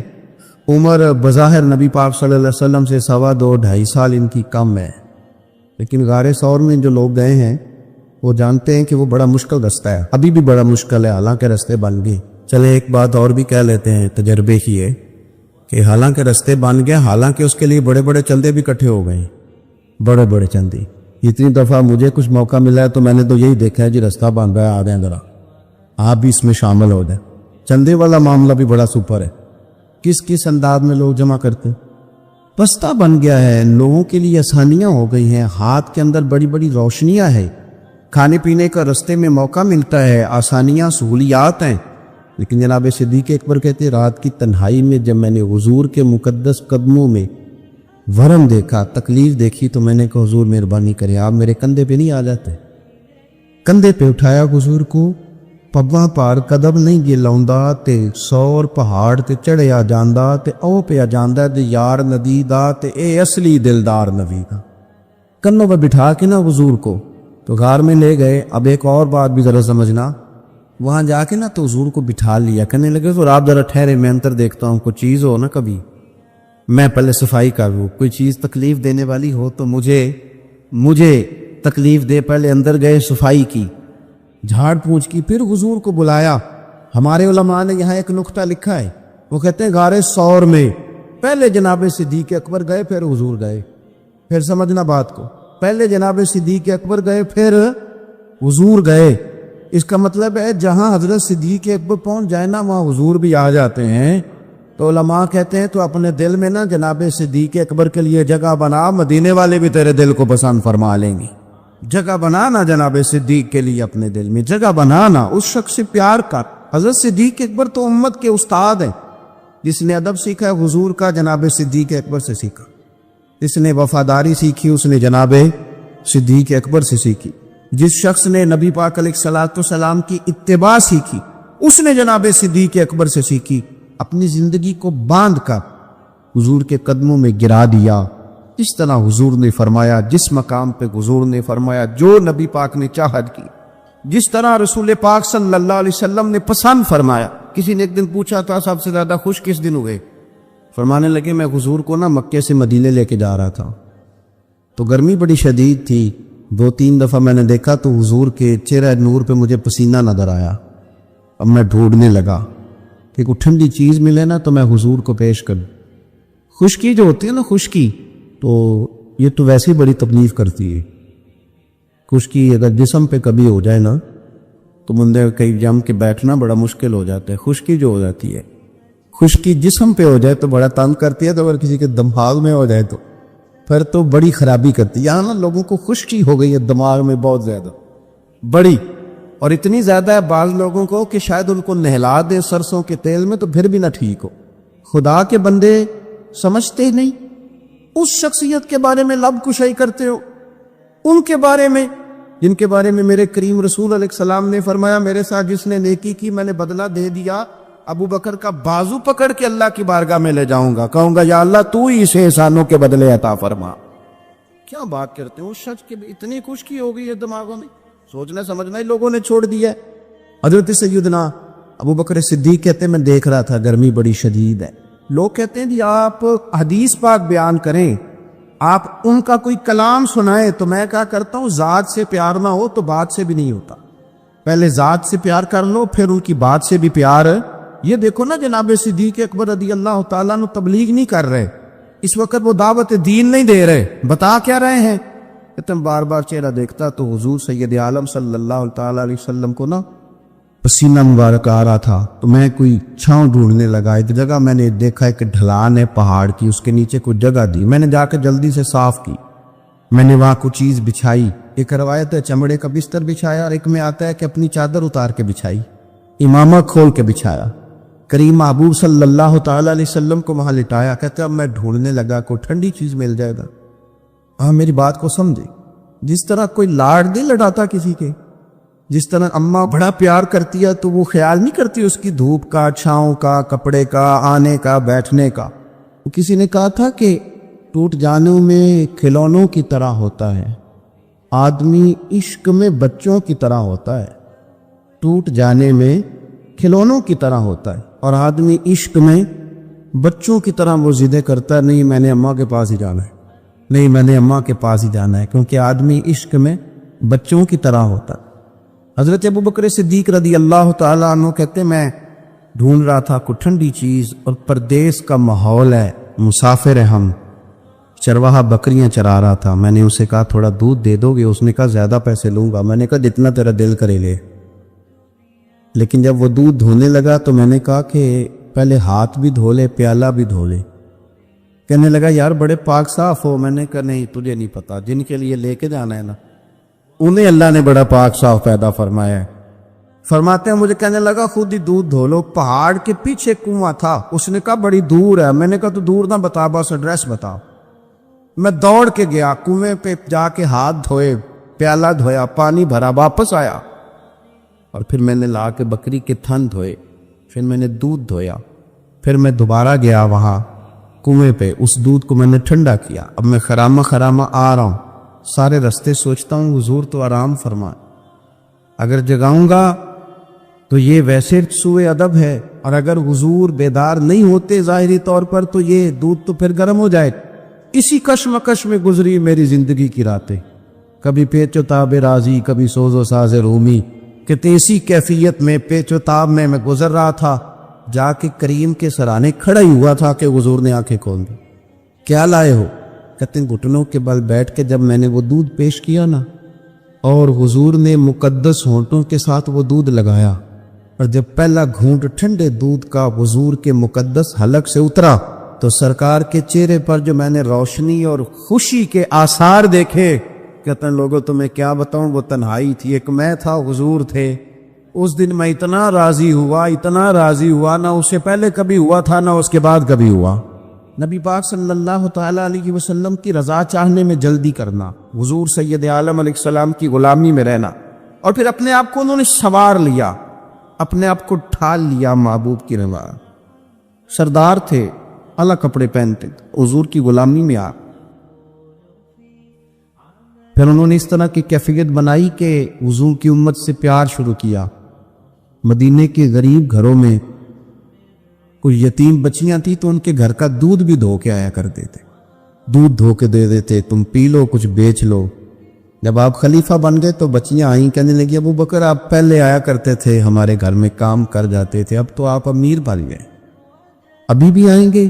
تو حضرت صدیق اکبر کچھ غم تازہ تھا، حضور کے وصال ظاہری کو چند دن ہوئے تھے، آنسوؤں سے آنکھیں بھر گئیں اور چہرہ صاف کرتے ہوئے کہنے لگے پتر پہلے تو میں اپنی مرضی سے آتا تھا، اب تو حضور کی امت نے میری ڈیوٹی لگا دی ہے، اب تو میری مدینے والے کی امت کی نوکری کرنا ڈیوٹی لگ گئی، اب تو میں ڈیوٹی سمجھ کے آؤں. عاجزی، انکساری، سادگی، تھوڑا کھانا. ہمارے ہاں نا لیول بدلتا ہے، ہم کہ سوچیں بدلتی، گاڑیاں بدلنے والے لوگ اپنا ذہن بھی بدلنے لگ جاتے ہیں. بہت زیادہ کپڑے تبدیل کرنا جائز ہے، لیکن بہت زیادہ دوست تبدیل کرنا کوئی اتنی اچھی بات نہیں. بہت زیادہ اچھے سے اچھے مکانوں میں چلے جانا تو درست ہے، لیکن اپنے پچھلے محلے کو بھول جانا اور وہاں بسنے والے لوگوں کو پینڈو کہہ کے طنز کرنا اور وہاں کے لوگوں پہ تنقید کرنا، یہ اخلاقی طور پر چھوٹے لوگوں کا طریقہ ہے. بڑے لوگ یہ کام نہیں کرتے، وہ اپنی اصل پہ قائم رہتے، انہیں اپنی پچھلی یادیں وقار کے ساتھ اور فخر کے ساتھ یاد رہتی، اور وہ حسین لمحات میں اپنے آپ کو محسوس کرتے ہیں جب واپس پلٹ کر کے جاتے ہیں. حضرت ابو بکر صدیق رضی اللہ تعالیٰ عنہ امیر المومنین بن گئے. بہت بڑا درجہ ہے، اور آج کل کی عمارتیں نہیں. آج جس طرح لوگ امیر ہوتے ہیں نا، 4 پائے ہوتے ہیں کرسی کے، تو جو بھی وزیر اعظم بنتا ہے ایک پایا اس کا ہیل ہی رہا ہوتا ہے، تو وہ ملک سنوارنے سے زیادہ اس پائے کی بیچارہ فکر میں رہتا ہے کہ کہیں میری کرسی نہ گر جائے. کام کیا کرنا ہوتا ہے، حکومت اپوزیشن اپنے رٹوں سے نہیں نکلتی، قوم کا ملت کا کیا سوچے، سارا دن ایک دوسرے کے بارے میں سوچ کر کے ٹائم گزار. لیکن حضرت ابو بکر صدیق خلیفہ بنے تھے جہاں امیر کی اطاعت واجبات میں سے تھی، لوگ ان کی بات پر سر تسلیم خم کرتے تھے. خلیفہ کے بہت سارے حقوق دین نے بیان کیے، اولی الامر کے تحت آپ کی بڑی شان کی، لیکن زندگی وہی سادگی والی، انداز وہی عاجزی والا، طریقہ وہی. آپ نے پانی مانگا، مجھے پانی چاہیے، امیر المومنین ہے، کتنی چیزیں ہیں. اب تو عام سادے لوگوں کے گھروں میں بھی فریزر میں کیا کچھ پڑا ہے، اور چیزیں کھانے کی باری نہیں آ رہی، تو پانی مانگا تو کسی نے نا شہد اور دودھ پیش کیا. بڑی بڑی چیزیں ہوتی ہیں نا الگ سے بڑے لوگوں کے لیے, دودھ اور شہد پیش کیا تو جناب صدیق ایک پر رو پڑے, فرمانے لگے نہیں پانی لاؤ. حضور یہ چلیں آپ نہ پیئے پر رونے والی کیا بات ہے؟ فرمانے لگے مجھے ڈر لگتا ہے میں کہیں دنیا دار نہ بن جائے. لے جاؤ. کہ حضرت کیا مطلب؟ فرمانے لگے میں حضور سید عالم صلی اللہ علیہ وسلم کی بارگاہ عالی مرتبت میں حاضر تھا تو حضور کہہ رہے تھے کسی چیز کو دور ہو جا دور ہو جا دور ہو جا. چیز کوئی نظر نہیں آ رہی تھی. کچھ دیر سب لوگ خاموش رہے تو میں نے عرض کی حضور کچھ ہماری رعایت فرما دیں, اس کو دور کر رہے ہیں آپ؟ تو محبوب فرمانے لگے یہ دنیا کا مال ہے, دنیا داری ہے. میرے قریب آنے لگی تھی تو میں نے 3 دفعہ کہا دور ہو جا دور ہو جا دور. فرمایا جب اسے کریم نے اپنے قریب نہیں کیا تو ہم دنیا کے معاملے میں اتنے محو ہو جائیں, طرح طرح کے کھانے, طرح طرح کے لباس, طرح طرح کے ہمارے اٹھنے بیٹھنے. اب کہاں میں نے نہیں دیکھا اب کوئی شخص ایسا ہو جو جوتے گانٹھ کے پہنتا ہو, ورنہ تو ایک پورا پورا تھیلا لے کر کے جاتے تھے موچی کے پاس کہ ہمارے جوتے گانٹھ تھے. کہاں چلا گیا وہ دور؟ اور اس کے باوجود غربت کا رونا پہلے سے زیادہ رویا جا رہا ہے, پہلے سے زیادہ غربت کا رونا رویا جا رہا ہے. حضرت صدیق اکبر رضی اللہ تعالیٰ عنہ, عشق اگر عروج کا ہے تو اتباع کا جو جذبہ ہے اپنے آپ کو زیادہ نہ پھیلائیں, سہولیات کا اپنے آپ کو زیادہ عادی نہ کریں, پروٹوکول کا اپنے آپ کو عادی نہ کریں. عزتیں اللہ کی بارگاہ عالی مرتبت سے ملتی ہیں لیکن اپنے اصولوں پہ قائم رہے. حضرت ابو بکر صدیق رضی اللہ تعالیٰ عنہ حضور کے وصال ظاہری کے بعد اپنی صاحبزادی سیدہ عائشہ صدیقہ رضی اللہ تعالیٰ عنہ کے گھر گئے تو جا کے دیر تک خاموش بیٹھے, دیر تک. تو سیدہ عائشہ صدیقہ رضی اللہ تعالیٰ عنہ عرض کرتی ہیں کہ آپ بڑے خاموش ہیں, کیا بات ہے؟ کہنے لگے پتر تیرے نے چھت پہ میں جب آتا تھا تو نور دیکھتا تھا, میں نور دیکھتا تھا. ایک بات اور عرض کروں آپ کی خدمت میں, یہ جو معرفت آج کل جس کا نام لوگوں نے رکھا ہے نا معرفت, 2-3 گہری باتیں کر دینا, معرفت سب سے زیادہ اگر آپ کو ملے گی تو نبی پاک کے صحابہ میں ملے, حضور کی اولاد میں ملے گی. سب سے زیادہ معرفت وہاں سے سیکھے, ان کے اقوال, ان کے ارشادات, ان کا طور طریقہ, یہ معرفت ہے. یہ جس چیز کا ہم نے نام رکھا ہے نا, اب تو آپ یقین کریں جو مرضی بندہ بیٹھ کے, ہمارے ملک میں ایسے ایسے اسکالر ہیں جو تازے آئے ہیں تو وہ کہتے ہیں اقبال بھی ٹھیک نہیں تھے, فلانا بھی ٹھیک نہیں تھا.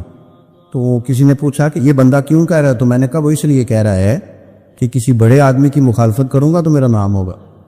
کسی بڑے آدمی سستی شہرت حاصل کرنے کے لیے لوگ بڑی بڑی کہانیاں گھڑتے, اصل معرفت وہی ہے جو مصطفیٰ کریم نے بتائی اور صحابہ کرام علیہم رضوان نے اسے ہم تک پہنچائے. مہربانی کریں, کسی نئے رنگ روپ کی کوئی زیادہ ضرورت نہیں ہے. حضرت سیدنا ابو بکر صدیق رضی اللہ تعالیٰ عنہ کی معرفت کا کمال دیکھیں. فرمانے لگے بیٹا تیری چھت پہ میں نور دیکھتا تھا, آپ دکھائی نہیں دے رہا, کیا معاملہ ہے؟ تو جناب عائشہ صدیقہ رضی اللہ تعالیٰ عنہ خاموش ہو گئی. دیر کے بعد کہنے لگی ابا جی کرتا میرا بڑا ہی پھٹ گیا تھا, پیبند لگنے کی جگہ نہیں تھی تو ایک کرتا نیا منگوایا ہے, پتہ نہیں یہ کہ دنیا داری نہ مجھ سے ہو گئی, ایک کرتا نیا. ہمارے ہاں تو یہ حالت ہے کہ خواتین کہتی ہیں کہ اے سود میں پہلا بھی ہوتے پاک گئی, تو وہ کیا کہیں گے کہ ایک ہی جوڑا ہے اس کے پاس. یعنی اگر دوبارہ جانا ہے نا منگنی کے لیے الگ, مہندی کے لیے الگ, ولیمے کے لیے, یہ ہمارا کلچر ہے اور اس کو ہم نے خود پروموٹ کیا ہے, اس میں ساری غلطی خواتین کی نہیں. حضرت عائشہ صدیقہ رضی اللہ تعالیٰ عنہ کہتی ہیں کہ ابا جی میں نے نا ایک صرف کرتا نیا لیا ہے. تو جناب صدیق اکبر روئے, بیٹی کے سر پہ ہاتھ رکھا, کہنے لگے پتر ہم وہی ٹھیک ہے جہاں میں حضور نے کھڑا کیا, ان رستوں کے مسافر صحیح ہیں, وہی ٹھیک ہیں. بہت ساری دنیا داریاں, بہت سارے پروٹوکول, بہت ساری شہرتیں, بھول جاتے ہیں نا پھر انسان کئی دو بچی.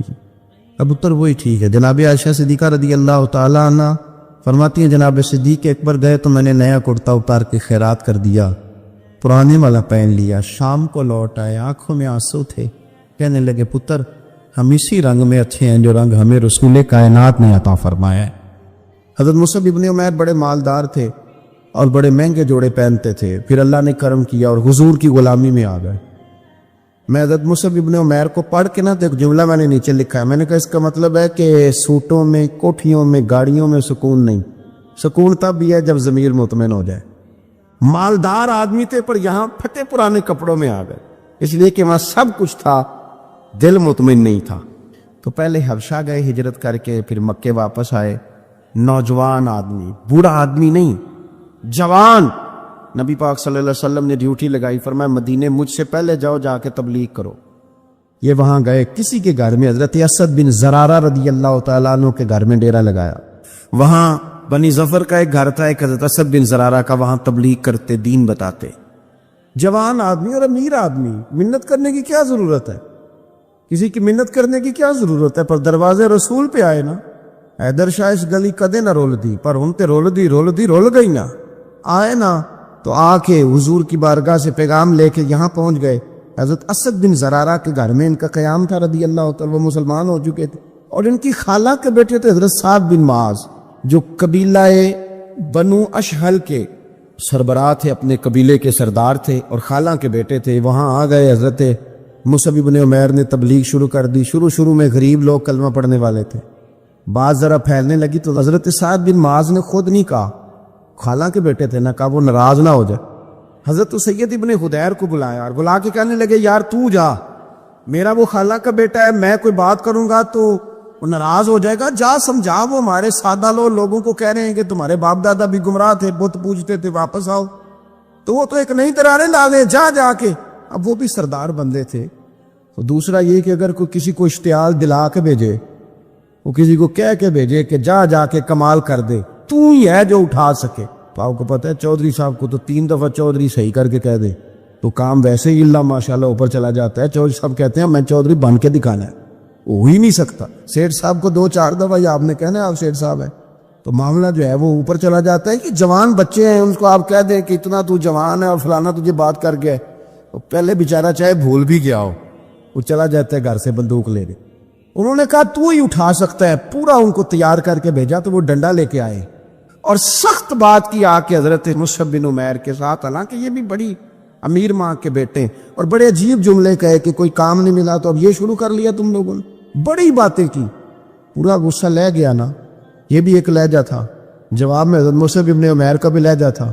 اور باتیں کرتے رہے تو یہ ہنستے رہے. تو یار اسے رستے کا مسافر ہی نہیں, یہ تو ان کو پوچھنا جو مسافر ہیں, کہہ جو کہنا ہے. تو تر شروع ہو کے گالی 1000 دے, یہ وہ نشہ ہی نہیں جو کوئی ترشی اتار دے. تو کر جو تو نے بات کرنی ہے وہ کرتے رہے. جب غصہ ٹھنڈا ہو گیا, سارا کچھ کہہ چکے, تو مصعب بن عمیر کہنے لگے جی آپ نے ڈانٹا ہے, ہم تو تیار بیٹھے ہیں جانے کے لیے. گئے, بس 2-3 باتیں ہماری بھی سن لیں گے. میں کہا سنائیے. 2-3 آیتیں پڑھی قرآن پاک کی, تھوڑا سا حضور کی سیرت نور کو چھیڑا, تو وہ ڈنڈا انہوں نے پھینک دیا. فرمانے لگے اس دین میں داخل ہونا ہو تو طریقہ کیا ہے. تو حضرت مصعب بن عمیر کہنے لگے آپ غسل کریں, کپڑے بدلے, آئے میں کلمہ پڑھاتا ہوں. انہوں نے غسل کیا, کپڑے بدلے, کلمہ پڑھا. اب واپس گئے تو ان کو پتا تھا میں نے جانا ہے, تو سعد بن معاذ نے رزلٹ پوچھنا ہے. کہتے ہیں اس نے مجھے بھیجا تھا تو میں نے بھی اسے بھیجنا ہے. کہتے ہیں میں نے جا کے کہا اس قبیلے کا, قبیلہ بنی عارصہ کے ساتھ مقابلہ چلتا تھا. کہتے ہیں میں نے بھی اسی طرح کی سٹوری سنائی جا کے.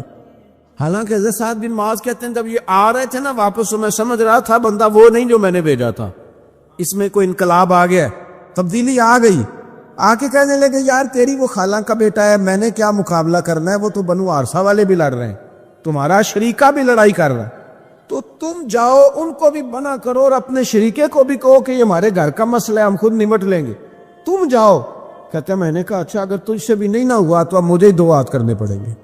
آستینیں چڑھا لی, ڈنڈا پکڑ لیا. کہتے ہیں گیا اور جا کے جو مجھ سے ہو سکتا تھا میں نے کہا. جب میں پوری طرح کہہ چکا نا, اب وہاں تو لہجہ بدل چکا تھا نا. حضرت سیدنا مصعب بن عمیر تو طے کر لیا تھا نا, سیکھا تھا نا حضور سے. تو معاملہ بڑا انفرادی تھا, رنگ ہی بڑا انوکھا تھا, کہے جس نے جو کہنا ہے. اب یہاں تو معاملہ دوسری طرح کا ہوگا. پوری کہتے ہیں میں نے بات کر لی, تو وہ میں نے کہا جاتے ہو کہ نہیں. کہنے لگے جی جانا ہے. جانا کیوں نہیں, تاری مار اڑانا باہو اسی تے گئی اڈن آ رہے, تیار بیٹھے. ہمیں مدینے والے نے کہا تھا حبشہ جاؤ تو گئے تھے, واپس مکے آؤ تو آئے تھے, اب یہاں بھیجا تو تاری مار اڑانا باہو اسی تے اب گئی اڈن ہارے. آپ نے فرمایا جانا تو ہے, اور آپ کہہ رہے ہیں جاؤ تو ہم جاتے ہیں, لڑائی نہیں کرتے, پر 2-3 باتیں ہماری بھی سن لو. حضرت سعد بن معاذ کہنے لگے سناؤ. تو حضرت مصعب بن عمیر کا لہجے کا حسن, لہجے کی خوبصورتی. لوگ کہتے ہیں جی آپ کے پاس ایسا کیا ہے, تو بھی جواب یہ ہے کچھ تو ایسا ہے نا جو تمہارے پاس نہیں. کچھ تو ایسا ہے نا، تو جاؤ ٹٹولو، سوچو، پتہ کرو، کچھ تو ایسا ہے نا جو تمہارے پاس نہیں ہے، وہ تلاش کرنا چاہیے کہ جو کہیں اور نہیں ہے، اور اگر نہیں تمہارے پاس تو وہ حاصل کرو، پیدا کرو۔ حضرت سیدنا مصعب بن عمیر نے 2-3 آیتیں سنائی، حضور کی باتیں سنائی، تو سن کے صحابہ کی باتیں جب لوگ مسلمہ ہوتے تھے، پھر سرور عالم کی یارو گفتار کا عالم کیا ہوگا۔ انہوں نے 2-3 باتیں سنائی تو حضرت سعد بن معاذ بھی مسلمان ہو گئے۔ اب واپس گئے، ایک قبیلے کے سردار تھے، اور یہ وہ لیڈر تھے جن پر قبیلہ جان دیتا تھا۔ سارے لیڈر اس طرح کے نہیں ہوتے کہ قوم کا ایک خائن ہے، بددیانت ہے، لیڈر تھے پر قبیلہ جان دیتا تھا۔ جا کے کھڑے ہوئے قبیلے والوں کے پاس، کہنے لگے میرے بارے میں تمہارا کیا خیال ہے؟ انہوں نے کہا سردار کو پوچھنے والی بات ہے، یہ تو ہماری کو نیکی ہے کہ آپ جیسا سردار ملا ہے۔ فرمانے لگے مجھ سے پیار کرتے ہو حضرت جی؟ بڑا۔ فرمایا مجھ پر تمہارے ساتھ آج کے بعد کلام حرام ہے۔ کہا کیوں؟ کہنے لگے اتنی دیر کلام نہیں کروں گا جتنی دیر تم مدینے والے رسول کا کلمہ پڑھ کے مسلمان نہیں ہے۔ تو حضرت سعد بن معاذ نے سارا قبیلہ مسلمان کر لیا، حضرت سید ابن حضیر بھی مسلمان ہو گئے، اور اتنا بڑا ماحول بن گیا مدینے میں کہ جہاں 12-13 لوگ کلمہ پڑھتے تھے، 70 لوگ اگلے سال حضور کی بارگاہ میں گئے، حضور اب ہماری جمعیت بن گئی، یا آپ تشریف لائیں۔ اگر سارے اس میں کردار دیکھو گے تو حضور کے کرم سے جو لہجہ دیا تھا نا اللہ نے حضرت مصعب ابن عمیر کو، یہ اس لہجے نے اس کچھ ان کے خلق نے کر لی اور کچھ ان کے پیار نے کر لی۔ حضرت انس بن مالک رضی اللہ تعالیٰ عنہ یہ بڑے خوش نصیب خوش بخت انسان ہیں۔ کہتے میری اماں خود مجھے حضور کی بارگاہ میں چھوڑ گئی تھی کہ یا رسول اللہ یہ آپ کی خدمت کرے گا۔ کہتے میں نے 10 سال حضور کی نوکری کی ہے، نبی پاک نے کبھی اوف بھی نہیں کہا، بلکہ بخاری مسلم میں ایک انوکھی بات موجود ہے۔ فرماتے مجھے ایک دن حضور نے فرمایا جا یہ کام کر کے آ۔ کہتے میرے دل میں یہی تھا کہ فوراً جاؤں گا، اسی طرح لفظ موجود ہے، میرے دل میں تھا جاؤں گا، کر کے آؤں گا۔ حضور نے فرمایا کر کے آ، دل میں پکا ارادہ تھا جاؤں گا، لیکن اپنی زبان سے میں نے کہا حضور میں نے کوئی نہیں جانا۔ یہ کیوں بات کی؟ یہ ذرا لاڈ کے ساتھ کی، یہ ذرا ناز کے ساتھ کی، یہ ذرا نا محبت کے ساتھ کی، یہ ذرا حضور جو پیار کرتے تھے نا اس پیار کو سامنے، حضور میں نے نہیں جانا۔ تو کہتے ہیں حضور تھپکی دے کے یہ غلام سے بات ہو رہی، حضور فرمانے لگے چلنا تجھے کہا ہے نا جا کر کے آ۔ کہتے میں چلا گیا، اسی ارادے سے گیا تھا جاؤں گا، لیکن رستے میں جب میں گیا تو بچے کھیل رہے تھے، میں نے بھی کھیلنا شروع کر دی، کھیل رہا ہوں، دیر ہو گئی، حضور نے بھیجا تھا کسی کام۔ اب جب زیادہ دیر ہوئی تو کریم گھر سے نکلے، اور جب حضور نے مجھے دور سے دیکھا اور مجھے کریم کے آنے کا پتہ چلا تو اب میں ڈرا، اب میرا انداز بڑا جدا گانا ہو گیا چونکہ حضور نے بھیجا تھا۔ یہ تو خادم کی بات ہے نا، ایسا سچی گل دسیا جی اپنا منڈا بھی کدے نہ جائے تھے، اور تینوں میں کلیا سی تو گیا کیوں نہیں؟ ناراض نہیں ہونا آپ نے، لیکن چلو بچہ ہے، کسی وقت دیر سویر بھی ہو ہی جاتی ہے، کیوں اتنی سختی کرتے ہو؟ حضرت انس بن مالک کہتے ہیں جب حضور کو آتے دیکھا تو میں پوری طرح ڈر گیا، لیکن قریب محبوب جب میرے قریب آئے اور مجھے ڈرا ہوا دیکھا نا تو پھر رحمت للعالمین محبوب کی رحمت کا بادل چھایا، اور جب حضور مجھے دیکھ کے ہنسے نا بس وہ ہنس گئے اور میرا کام بن گیا۔ بس کریم تھوڑی دیر ہوئی، ایک آیا کالیاں زلفاں والا، ایویں 2 کڑیاں میرے من وچ رکے تے کر گیا نور اجالا، بات بن گئی، بات طبیعت ٹھنڈی ہو گئی۔ تو حضور فرمانے لگے میں نے کہا تھا جاؤ، گئے نہیں؟ اب جب حضور مسکرا گئے تو بات ہی ختم ہو گئی۔ یا رسول اللہ صلی اللہ علیہ وسلم جانے لگا ہوں، تو حضور نے پھر شروع سے بات شروع کر دی، حضور جانے لگا ہوں، فرمایا جا دوڑ کے آ، پھر جو کہا تھا وہ کر کے آ۔ لیکن وہ بیچ میں جو دیر ہوئی تھی، وہ جو لیٹ ہوئی تھی، اور جو میں کہہ کے آیا تھا میں نے نہیں جانا، حضور نے اس بات پر مجھ سے کوئی سختی نہیں کی۔